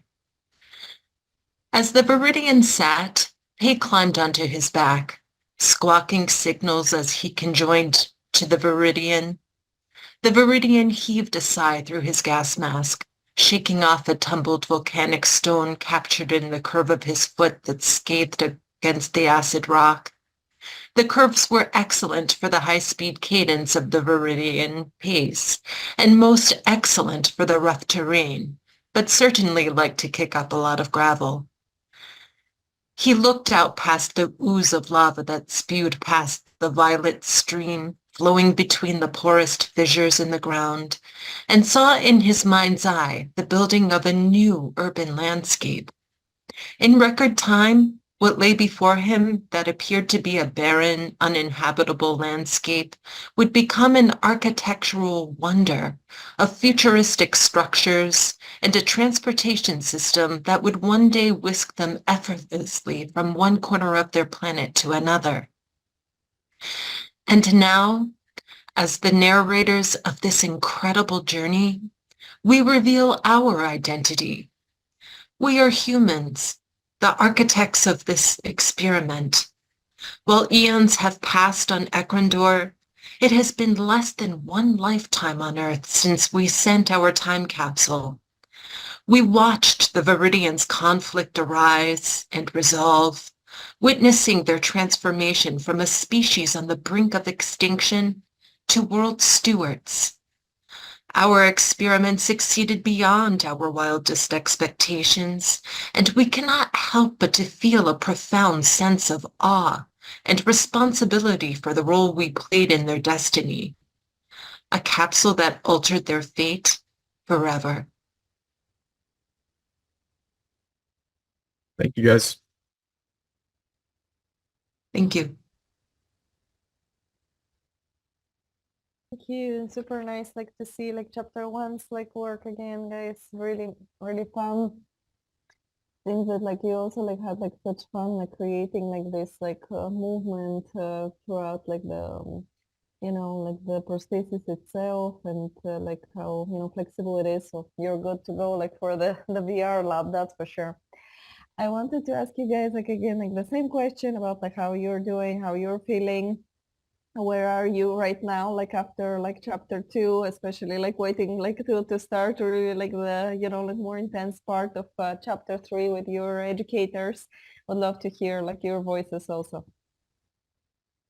Yeah, I guess I can start off with that. I think for me, coming from a background with really no experience in computational or procedural design, I think the program has been amazing so far. It's been incredible to learn all these different new programs and feel like you're really applying your skill set day in and day out.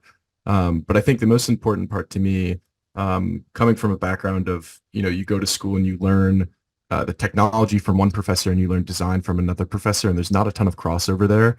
And so sometimes it feels like there's a disconnect between what you want to do and what you're capable of doing, where as in DesignMorphine, it's really amazing that all of your instructors are teaching you design and all of the programs, right? So if you have a question about how to achieve a certain design, how to implement something, everybody's more than happy to help. And it's incredible seeing the amount of involvement from everybody on staff who's always willing to help out students. And not even just help out, but they really want you to succeed and they want you to have the best project you can. So it's really been awesome so far. I have to agree with everything that Braden said. And also, I think it's incredibly exciting the amount of knowledge you gain and skills that you learn in such a short time. At the beginning of this program, I was looking at everything we were about to learn and was feeling like, oh my gosh, I'm never going to learn this. And, in just after 3 months now, it's amazing to see like, oh my gosh, I can actually do this. This is happening. And that's, again, reiterating Braden's comments. I think, the staff is incredible and it's a really wonderful experience.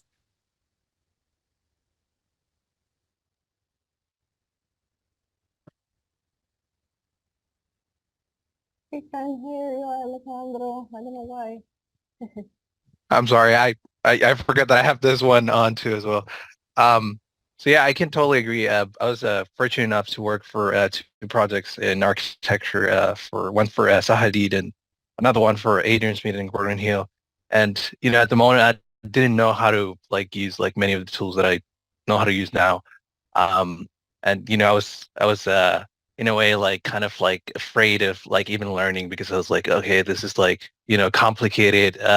It is just like something that I've never used before, and I did learn some of those tools like before the program, but what I can tell for sure is like based on my experience, like not only working in like this professional environment, also like learning from another program, is that this program like definitely gets like everything all together in just like one package, which is something that you're not really going to get like anywhere else.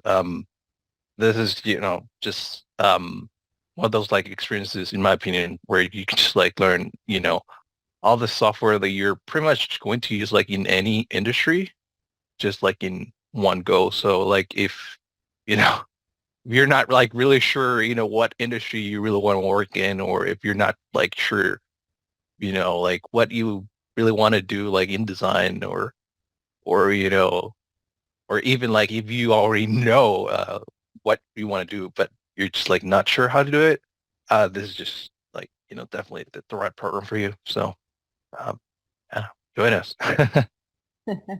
It's like the slogan now. Thank you so much. Yeah, like it's awesome to hear that you guys are enjoying it and you feel prepared for everything. And at least like you're seeing like from the past years, these guys are applying it to everything. So you know, like that's good that like you're already like feeling like much more like you know, secure and like that you can tackle anything that comes your way, because that's, you know, that's why we created the program. Exactly, like this is what we felt that like was missing, and that's what we wish we had, you know, like when we were students and when we were like trying to figure out things, and we're still figuring out things, and we're still like, you know, changing and going into different spaces. So you know, it's one community, so it's great to hear, guys. Thank you.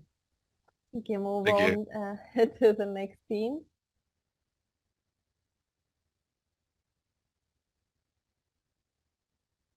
We'll have chapter 2 now, a little bit of a different scale of operation, but excited to see that scale too. Thank you, guys. Hello, everyone. Can you hear me well? Yep. Cool. I'm sharing my screen now.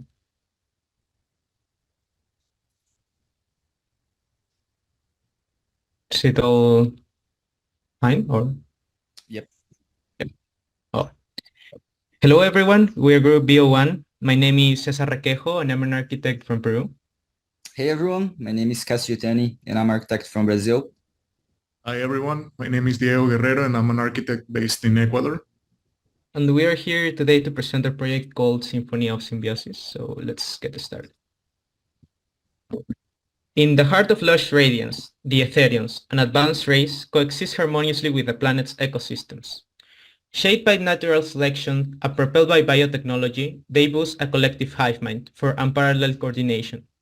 Their quest for moonstone, vital for survival, leads to the creation of the synthesions. Initially designed for harvesting, these creations rebel, sparking a cosmic conflict.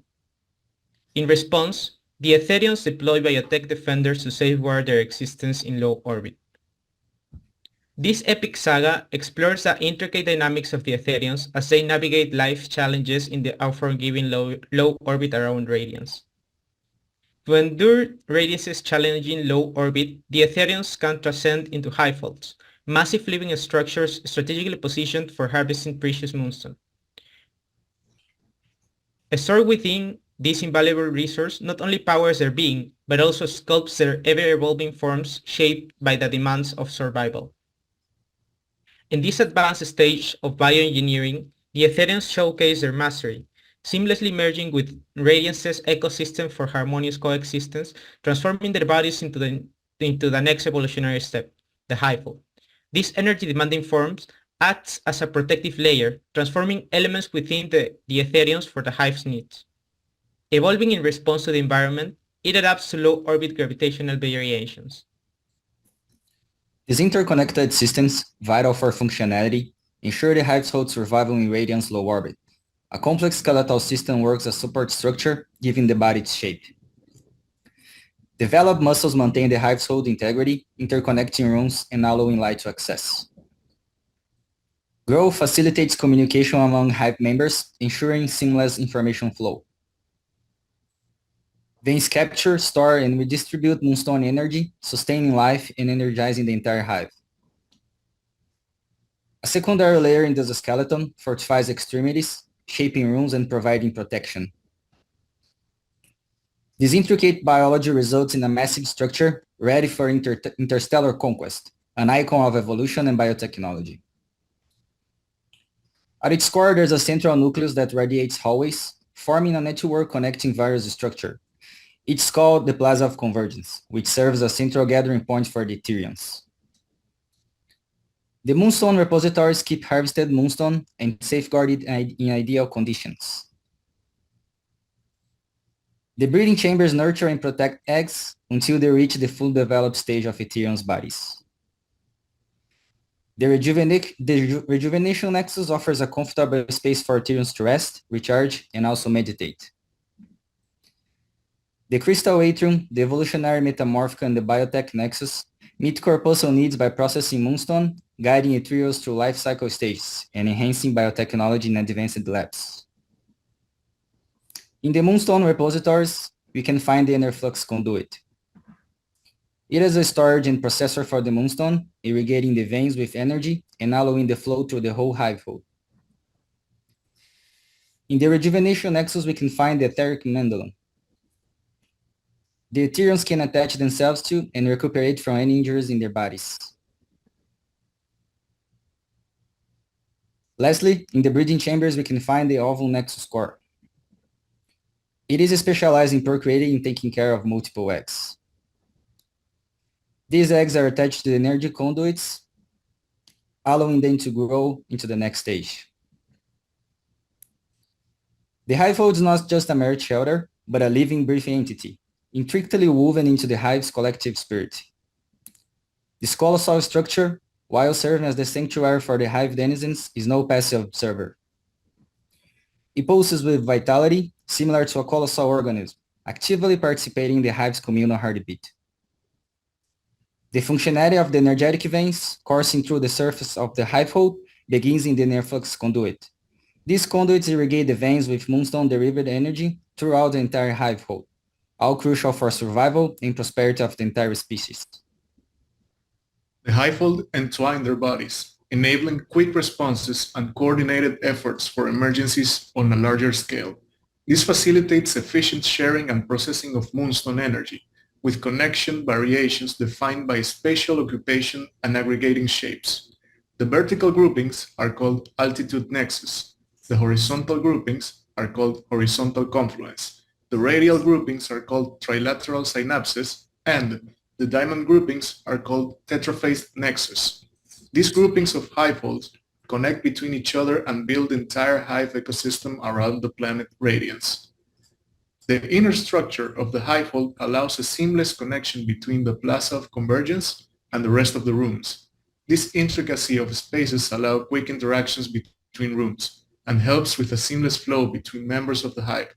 Since the hivefolds exist in low-gravity environments, the inner structure of the rooms varies in axis, being defined only by faint architectural vestiges that define the rooms. The exoskeleton and muscles form a protective shield around the hivefold, defending it from external threats. Moonstone-energized veins irrigate the body, connecting with the hive's energy network. Specialized communication structures grow, enabling hive members to exchange essential information. As the growth expands, it crucially facilitates the breeding chamber. Eggs communicate energy needs to the ovum nexus core through the intricate network, ensuring precise and coordinated egg development for the flawless continuation of the Ethereum life cycle. As we draw the curtains on our extraordinary exploration into the enigmatic realm of the hivefold, we find ourselves spellbound by the symphony of interconnected structures and the pulsating heartbeat of unity that defines this extraordinary collective. The hivefold's architecture embodies cooperative ingenuity, seamlessly fusing organic design and communal synergy. Every element, from vital energy carrying veins to communication facilitating growths, plays a crucial role. Until our next journey, we're captivated by the hivefold's majestic odyssey in the cosmic tapestry. Thank you very much. Thank you very much. It was really amazing like seeing your work again, guys. Really fun. It's basically the building block for your next chapter, so it's going to be super interesting to see like how all these formations are really coming together and creating a society. I wanted to ask you the same question. I'll ask all the teams that are here with us today. How are you feeling? How are you doing? How are you enjoying the process? I know that you guys have like a similar background, so architecture, like, and you know, like Latin America. So like, I'm interested to hear like how you guys are rolling like through the program. I think so far this perspective and singular way of thinking we have in the program like really encourage us to think outside traditional boundaries. Like I said, like we come from architecture background, and I can tell like this approach of challenging existing norms and assumptions, we totally develop a more diverse and unconventional solutions to design problems. So it's really fun and it's really important. Yeah, also it has helped us tackle the design problems in a different way, because as we have the same background, we decided not to go with any orthogonal stuff, as you have seen. So it has been really challenging, but really fun at the same time. And I'm talking about like interacting with ourselves in the group and with the tutors, with other students, because everyone has a different background, everyone has a different approach to design. So it's super cool to learn how people tackle the same problem, but in like 1,000 different ways. So you're always learning. You're always learning like design techniques and the software, of course. And it's been super great for me, especially to learn new techniques with parametric design and algorithmic wizardry. So I'm excited to see what's to come, and I'm super grateful for this opportunity. I would say that I'm also very happy with what I am learning from the masters, because something that is really important here, I'd say that it's use the computational tools to design, which they don't teach you conventionally, at least not in architecture school. So it's different designing with the help of the softwares. I mean, the tools always shape the final result. So these different softwares are tools as well, and help us approach our ideas, help us understand our own design. And of course, working in a team means that you're not alone. So we are, I am very happy with the team that I have, because we also help each other understand stuff. And of course, the tutors also guide you through the whole process of understanding not only the software, but also your own language, which is sometimes hard to find, but it's very cool. It's been a long journey since now, and I am very excited for what's to come. So that's it. Thanks. Thank you, guys. Yeah, Cesar, like it's what like Michael was saying, like that it's our, like we're all in a way like to hold you accountable to your own ideas sometimes, like because there's so much you can do, and like you're imagining the constraints alongside with the language that you're, like going after. So I think that that's where a lot of the challenges are coming, because like you need to have this, double like role in a way, like constrain yourself, like working with an environment that you're creating, and then like following through and like scaling up with the same language. So definitely something that like it's not a conventional way of thinking, but I'm happy that you guys are really like enjoying it, and you're having fun also like as a team and learning together and helping each other. So that's great. Thank you. Thank you. Thank you. Thank you very much. More chapter 2, and we're going to have more chapter 2, like, so it's super exciting to hear from Mansoor.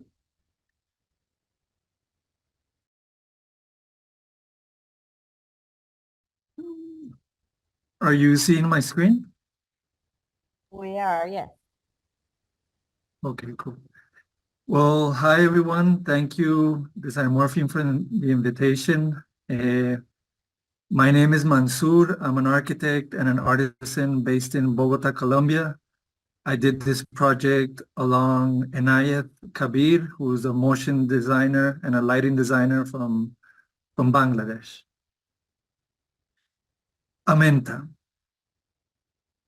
This is a tale of cyborg shamanism, delving deep into the essence of entropy and the intricacies of harmony in a world that straddles the spiritual, the digital, and the spectral.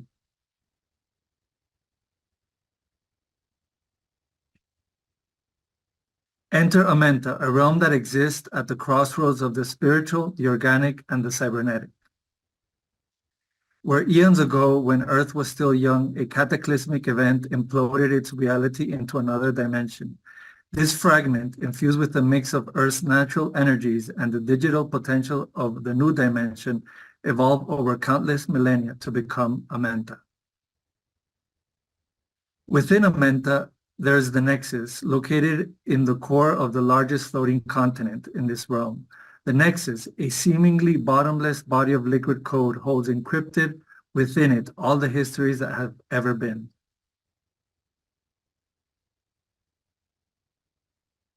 The Council of Elder Shamans guard over the Nexus, protecting the inhabitants of Amenta with access to knowledge of light and conversely shield them from dark knowledge. Lumaya, one chosen by the prophecies of Elder Shamans, has come of age and is about to go through a sacred initiation ritual. Lumaya's initiation into shamanhood takes an unexpected turn when the ritual results in the emergence of Akito. His existence, an uncharted blend of fragmented souls, digital code, and dark energy, threatens to disrupt Amenta's fragile harmony. As Akito rapidly gains followers of his own, the elders task Lumaya with responsibility of bringing balance back to Amenta by purifying the aberration that is Akito. Little do they know that the fate of Amenta hangs in the delicate balance hinging on Lumaya's ability to meld the infinite knowledge held in the Nexus, with Akito's forbidden insights of ancestral histories long past. In the absence of darkness, there is no light.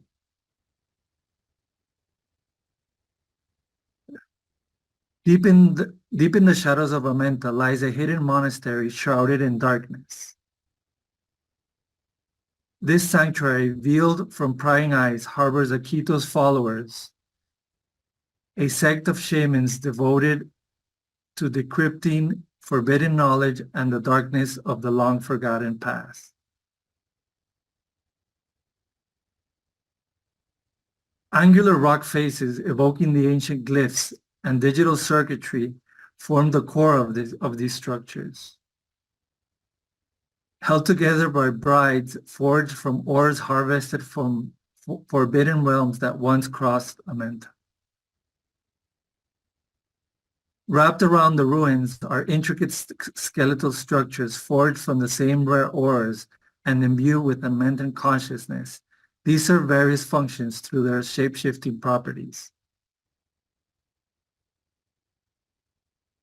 Harnessing the flexibility of the shape-shifting armature, the puzzle forms of the ruins, and the energy held within the bridges, these dwellings reconfigure to suit the needs of their environment. At the heart of the monastery lies the decryption hall. Here, Akito Shaman's followers dedicate themselves to the decryption of forbidden dark histories hidden from the depths of the Nexus.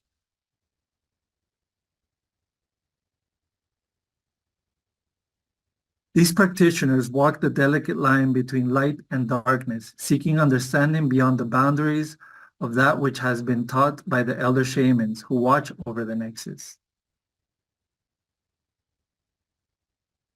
Within the Salem Hall, a single sigil floats over the altar's platforms, serving as the core of the decryption hall.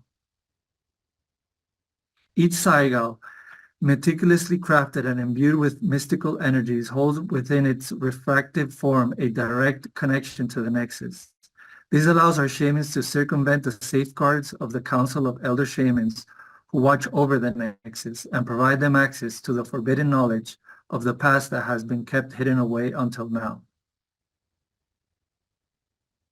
Akito's followers gather around these floating sigils, each using their own spiritual interfaces to pull fragmented knowledge of the past into their consciousness.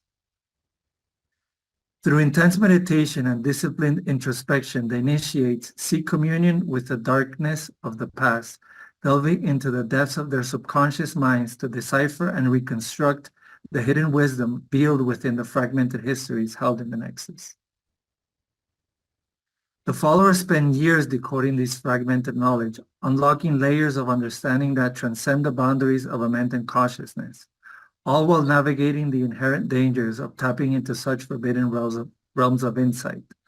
Each follower's quest for enlightenment hinges upon their ability to decode the cryptic visions cast from the sigils, tethering along the edge of chaos and harmony. At the top of the monastery is the conduit to the nexus, a serene and shimmering pool nestled within the monastery's depth, where shamans immerse themselves to return their visions and insights into the nexus.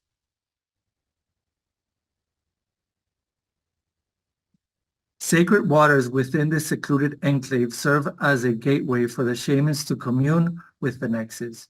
Here their reflections on the pool's surface unveil prophetic visions as they return the knowledge they have decrypted back into the nexus. Here we see Akito about to initiate the ritual. Dimly lit from the glow of nexus nodes that strengthen the connection to the nexus. With Akito aiding their connection to the nexus, one of his followers returns the once fragmented knowledge that they have deciphered and made whole again back into the nexus. The Vision Quest platform stands as a sanctum within the monastery's ruins. Shamans seeking enlightenment embark on a profound journey within this chamber, consuming a potent elixir brewed from rare herbs and infused with mystical energies. As the elixir takes effect, the chamber becomes a shape-shifting tapestry of swirling hues, transporting the shamans into the labyrinth of their subconscious minds. Garden of Decay. This dark but serene sanctuary within the monastery honors the inevitability of death and the necessity of acknowledging decay in order to appreciate the beauty of the living. Here, shamans contemplate the transient nature of all existence, embracing the darkness as an integral facet of life itself. The monastery's chambers of solitude serve as sanctuaries for the shamans' introspective journeys.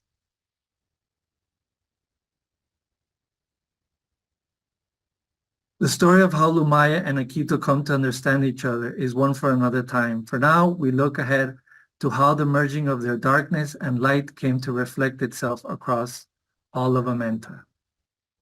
Here we see their respective monasteries merging together in harmony.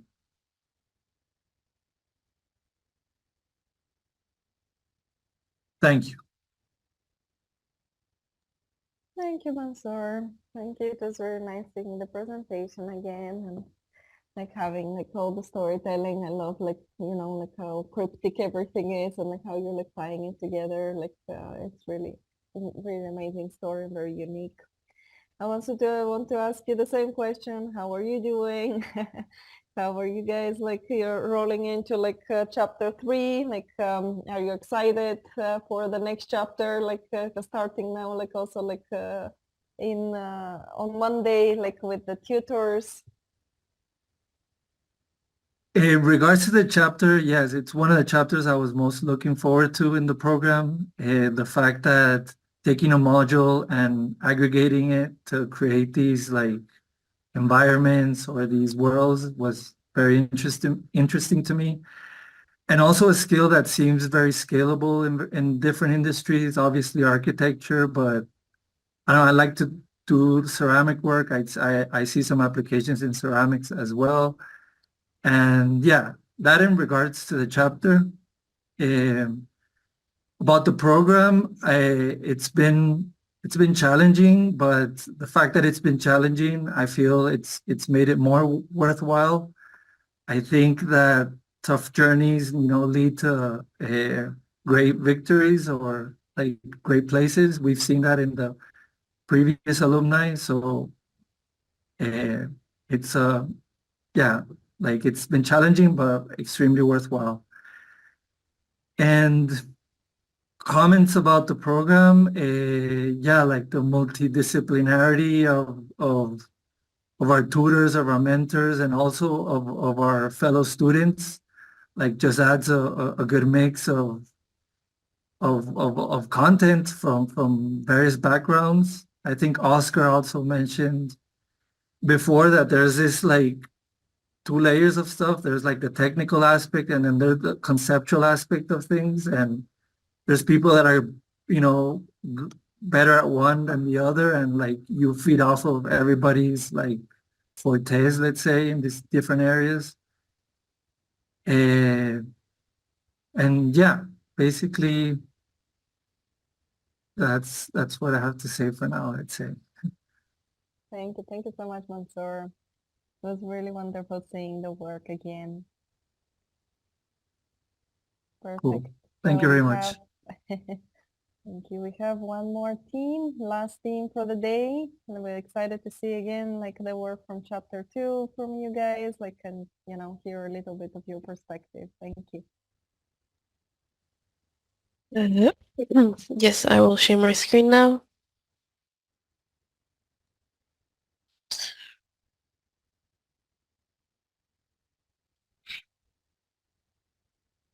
Okay.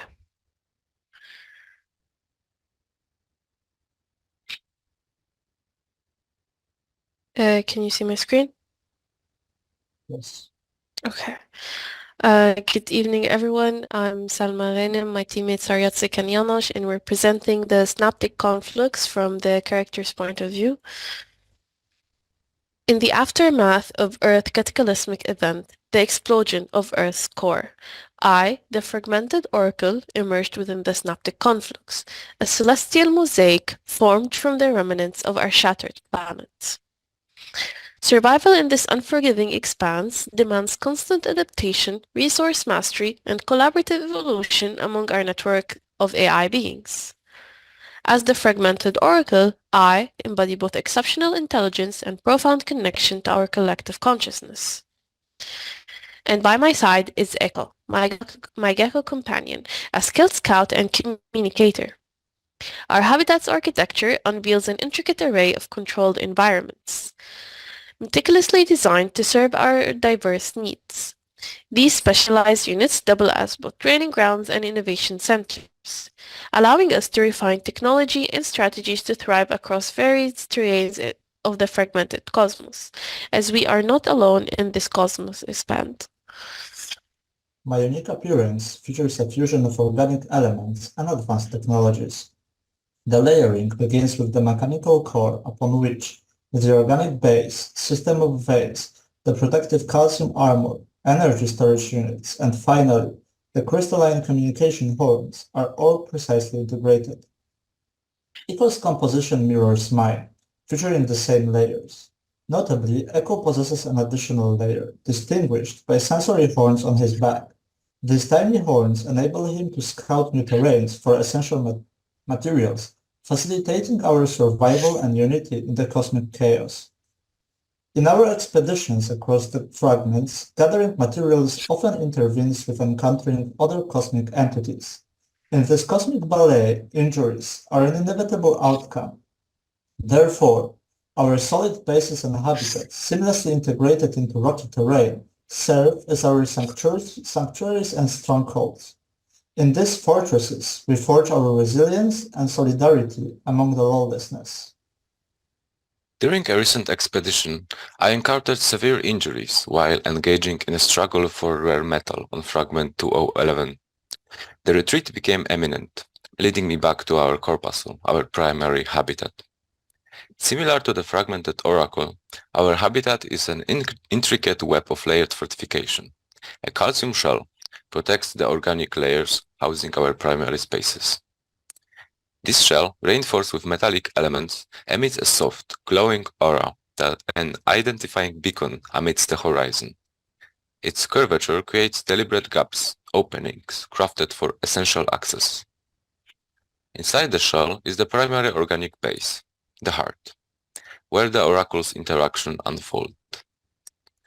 Veins of supply encircle this base, pulsing life-giving energy through our organic matter.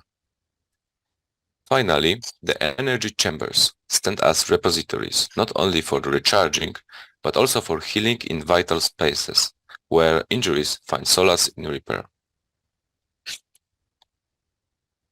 Within our living units, each space is meticulously designed, considering our survival as paramount. To ensure optimal control over our environment, each unit is accessed through a single entrance. Adjacent to the entry point is the transportation dock, housing our vehicles and supplies retrieved from expeditions. Deep within the corpuscle resides the interior core, placed strategically at the center. The mechanical core serves as the corpuscle's nucleus. The energy is carefully channeled by the mechanical core through the supply veins catering to different spaces. Primarily, it converges towards the energy chambers, crucial respiratories used for recharging and healing. Following this is the unit production wing, where the fragmented oracle units are fabricated, with both mechanical cores and organic sleeves constructed. The resource storage stores the fruits of our expeditions, while the farming lab stands as a bastion of experimentation and growth. We experiment and produce different species of plants that will help us expand our world and ensure our survival. Some are submerged in energy, and others are less sensitive and require less care. Finally, we reach the energy chambers, havens of rest and healing. The inside of the chambers is always packed with other fragmented oracles who need recharging. For significant injuries like the one I sustained, the primary cocoon inflates with energy, providing a sanctuary for organic matter to heal. Others among the fragmented oracles utilize recharging chairs, while Echo 2 finds respite in recharging in his pods. Cutting through our corpuscle, you can notice the reinforced feeling of the armor structure, which is the bone marrow of the calcium armor.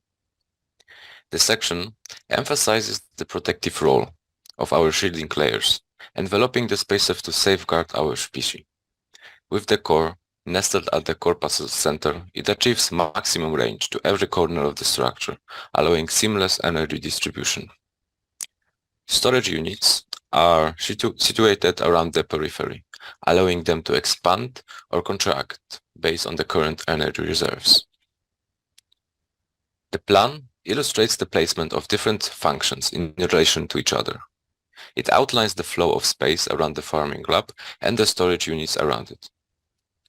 The veins in the core area are much thicker and carry energy around the corpuscle, distributing by need and acting like the main arteries supplying for survival. As beings integrated into a hive mind, our existence revolves around collective societies, fostering interaction to ensure the well-being of our species. Our units, designed for structural support, have the unique capability to stack vertically. Additionally, the extended arms of our calcium armor can interlock, facilitating horizontal expansion, emblematic of our unified growth. Our journey through the synaptic complex is a testament to unity, resilience, and innovation. As fragmented Oracle and Echo, we thrive by embracing challenges and growing together.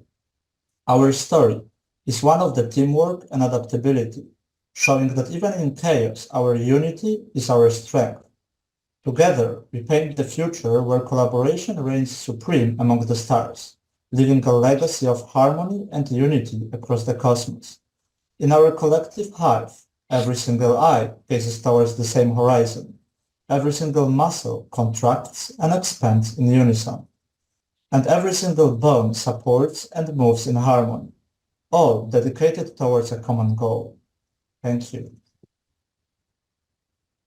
Thank you. Amazing presentation. Thank you so much for sharing it with us again. It's always like amazing to see like the progress and like how you guys are doing. Excited for the next steps for you guys.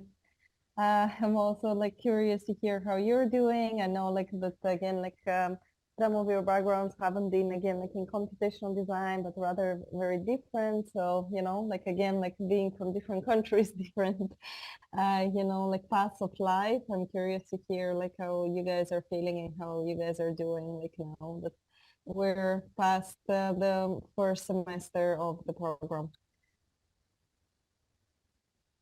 So for me, I do have a background in architecture, and it's really hard to learn these kind of skills where I am, which is I'm based in Cairo, Egypt. And to me, I was just trying to find a way to learn these kind of computational skills and apply them. And I think this program is perfect for that, because you learn the skill and you can apply it on multiple scales: the scale of the character, the scale of the corpuscle, and then there's the scale of the amalgamation and the world building.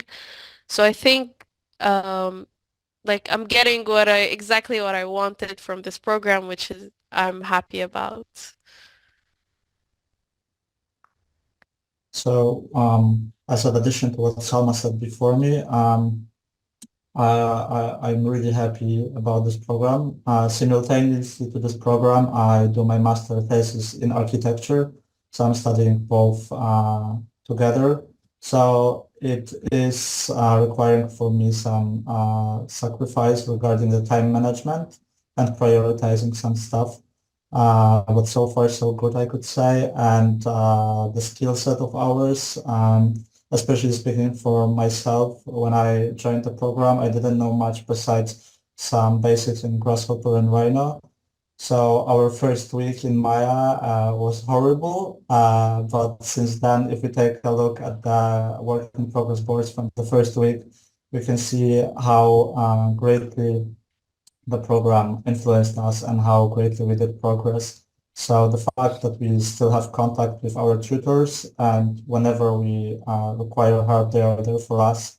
And it's not the type of the program that we do whatever professor wants, but rather we are doing something we want with the help that we require is a great thing. And I would definitely recommend this program to absolutely anyone. Yeah, and when it comes to me, I finished engineering degree in architecture, and I wanted to deviate from the architecture industry somehow. Then I found this program, and so far I can easily say that it opens doors to many different industries. For me, it's kind of perfect actually, because I'm not really sure in what industry exactly I wanna lose myself in, and this program teaches you like the base skill of many programs that you can later focus and master in different industries. So it really like is very easy to get into in these terms, and also you're not really like declined to get from one industry to another. Like changing jobs, I heard in this environment is pretty easy. So yeah, I can recommend. Thank you, guys. Thank you so much for presenting and for sharing your thoughts with us. It's been amazing, like opportunity, like to see the work once more. And yeah, like I think that now we can open up like the basically like portion of like, you know, being able to answer any kind of questions from any guests that we have or anyone who has questions about like any part of really like the program. So we're available. Let us know. You can write on the chat if you have any questions, or the Q&A portion of you know, like here like in Zoom, or you can, you know, just let us know if you have any questions like throughout the open day.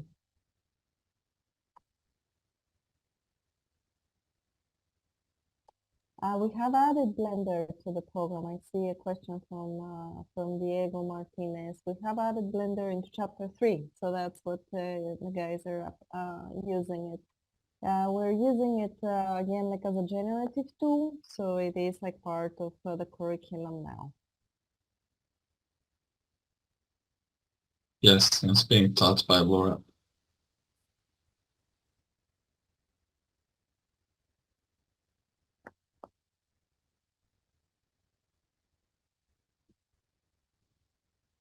They're a little shy today, but also to remind, if you have questions in the future, you can reach out and schedule a one-on-one also. Yeah, there is a lot of like information online, and also I know that now, like being the third year, we have like previous like open days that are, like easy to see again, like the curriculum and how things are really working. But again, like if you have any questions or like they're particular to you guys, feel free to also like schedule a time like with me on a one-to-one. I see like Diego has another question. Do you think that it's possible to use Blender as a substitute to Maya? Well, I know that some students have. It's not that they haven't, but we do encourage you to learn the softwares that like we are, here to teach you and to support you with, because as we said, like the educators have this dual role where they guide you through the design process, help you, like with your ideas, but also like they are there to support you technically. So as the chapters are like building up, like Maya, it is an industry standard software, so it's actually like a great one to know. The other thing is that if you know Blender, it's pretty easy to learn Maya, and vice versa, right? Because they're the same logic, like polygonal modeling, like softwares. Yeah, to echo on that, I mean, polygonal modeling is polygonal modeling wherever you do it. The reason why Maya is so important, like Pepino said, was because of industry standards. And so when you're thinking about going into the workforce for a career, a lot of offices are going to be using Maya just because it's been so kind of embedded into their systems or their workflows. So, it's important to kind of know the software of, these places that you'll be working. For instance, like the film, film industry, for instance, like that, or game industry, if we're talking like big AAA studios and that, they're going to be using Maya just because like, it's not because they can't use Blender, it's just that like the way that they're set up and the way that their office and workflow has been set up is all through Maya. And it takes a lot to change like an entire company from like the standards of what they've been doing for years and the plugins they've built and all this stuff. So that's really the reason why like a lot of these softwares are still very important to know, even though as new softwares come out. So you have a question from David. He wants to know, if I apply on February 1st, can I still engage in the design assignment for the scholarship? Of course, yeah. Yeah, it's just that the deadline is the 1st of April, like for the scholarships, but that means that you can apply earlier, like as early as, like as now. Like the good thing about the February 1 deadline is that there is a discount like for early application. So in this way, you can apply for the scholarships, and you can apply for the early bird application, which is great. Like we do encourage it. However, you will probably like hear back like after the 1st of April application, because that's where we're going to review like with the rest of the DesignMorphine team, like all applications, and come back like with all the offers for the scholarships.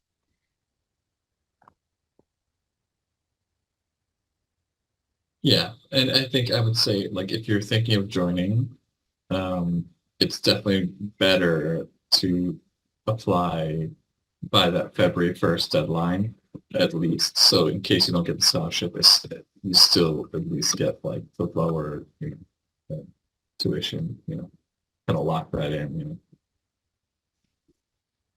Yeah, that's helpful, definitely. The scholarships now are 2, so I know that like a lot of people are preparing, especially because it's now, like for one of the scholarships again, like you need a portfolio, which is, like it's not very difficult, like for, like any creative field, but then like there is the challenge, especially if you're applying for the Dream Big scholarship.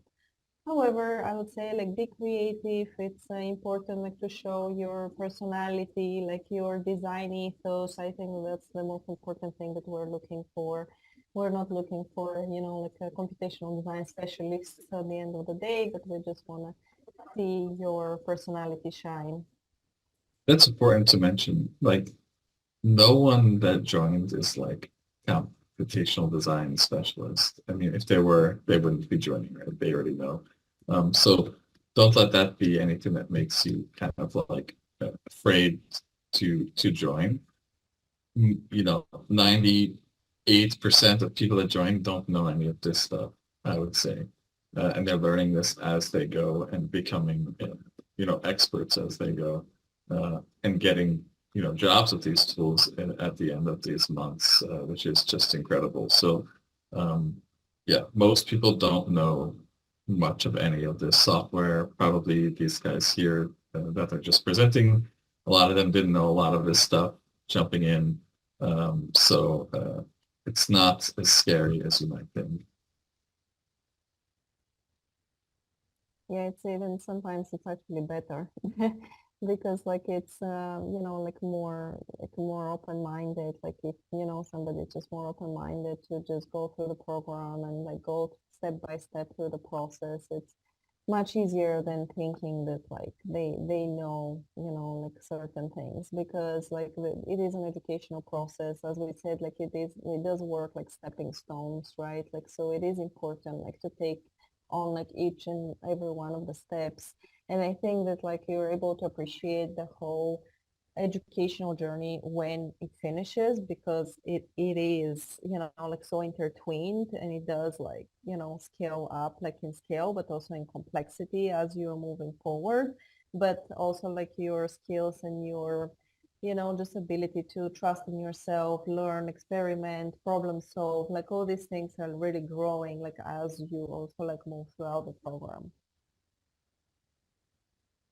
Yeah, and you know, it's you know, we're again like there's so many educators, you know, available around the clock, so we're always there to help and always kind of actively engaging. So as these students will tell you, so you know, there's no worry that like you're going to be lost. Everything is very structured, and we're really you know just there to help you.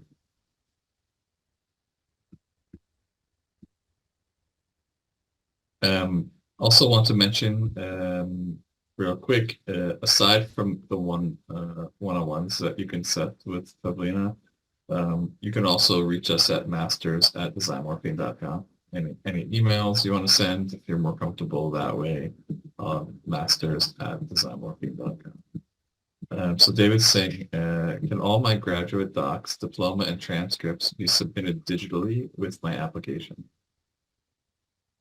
Depends on the country you're coming from, like in the legal processes. So what you're doing in the beginning is you're just taking a photo basically like of your like the transcripts and your diploma, and we're reviewing it and coming back like with like specific you know like each, like when you're getting your conditional offer, basically you're getting like very explicit directions of how exactly you need to submit everything. But yes, in your case, normally like from the US, the rule of thumb, I would say that like most candidates are able to submit online like their you know like transcripts.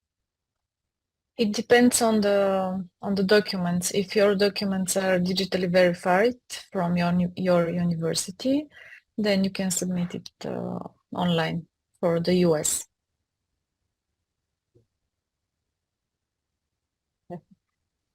Clark is telling David also that he asked his university to send the PDF Yeah. directly by email. So this is another. Exactly. Yeah. Yeah. This Clark is again from US, and yeah, in his case, usually for the US it works that way digitally. Yeah, it's usually even on their website. Like you can request Yeah. your information to be sent somewhere, like officially, like through your past university's websites. Yeah.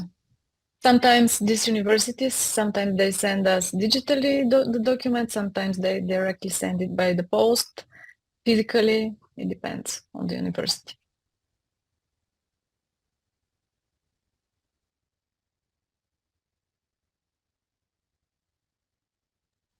Yes, Is there any other questions?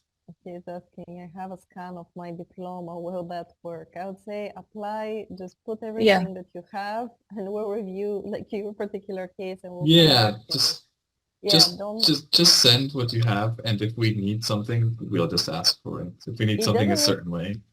it doesn't need to be perfect. Like the documentation phase is like a process. So just send what you have, like, you know, like from transcripts and documents, and then like we'll we'll send you all the necessary information like for your specific case. Yeah, we'll never be like, oh, this guy, David sent his PDF the wrong way. We're not gonna take him as a student. No, it won't be like that. Don't worry. If something is wrong, we'll figure it out and we'll ask, the right way to get it.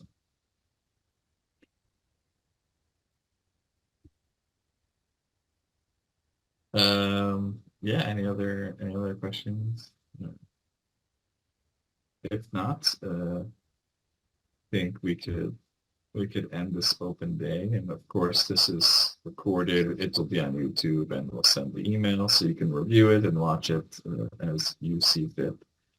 And we thank you all for joining, and thank you all past and current students who also attended and joined and interacted today. It was very helpful, and we thank you so much for your time. Thank you, guys. It was wonderful to see you again. Like, it's really amazing, like, to be part of this community and for hearing, like, all these great stories about, like, how also, like, our alumni are doing, like, see some faces from last year, see some faces from this year.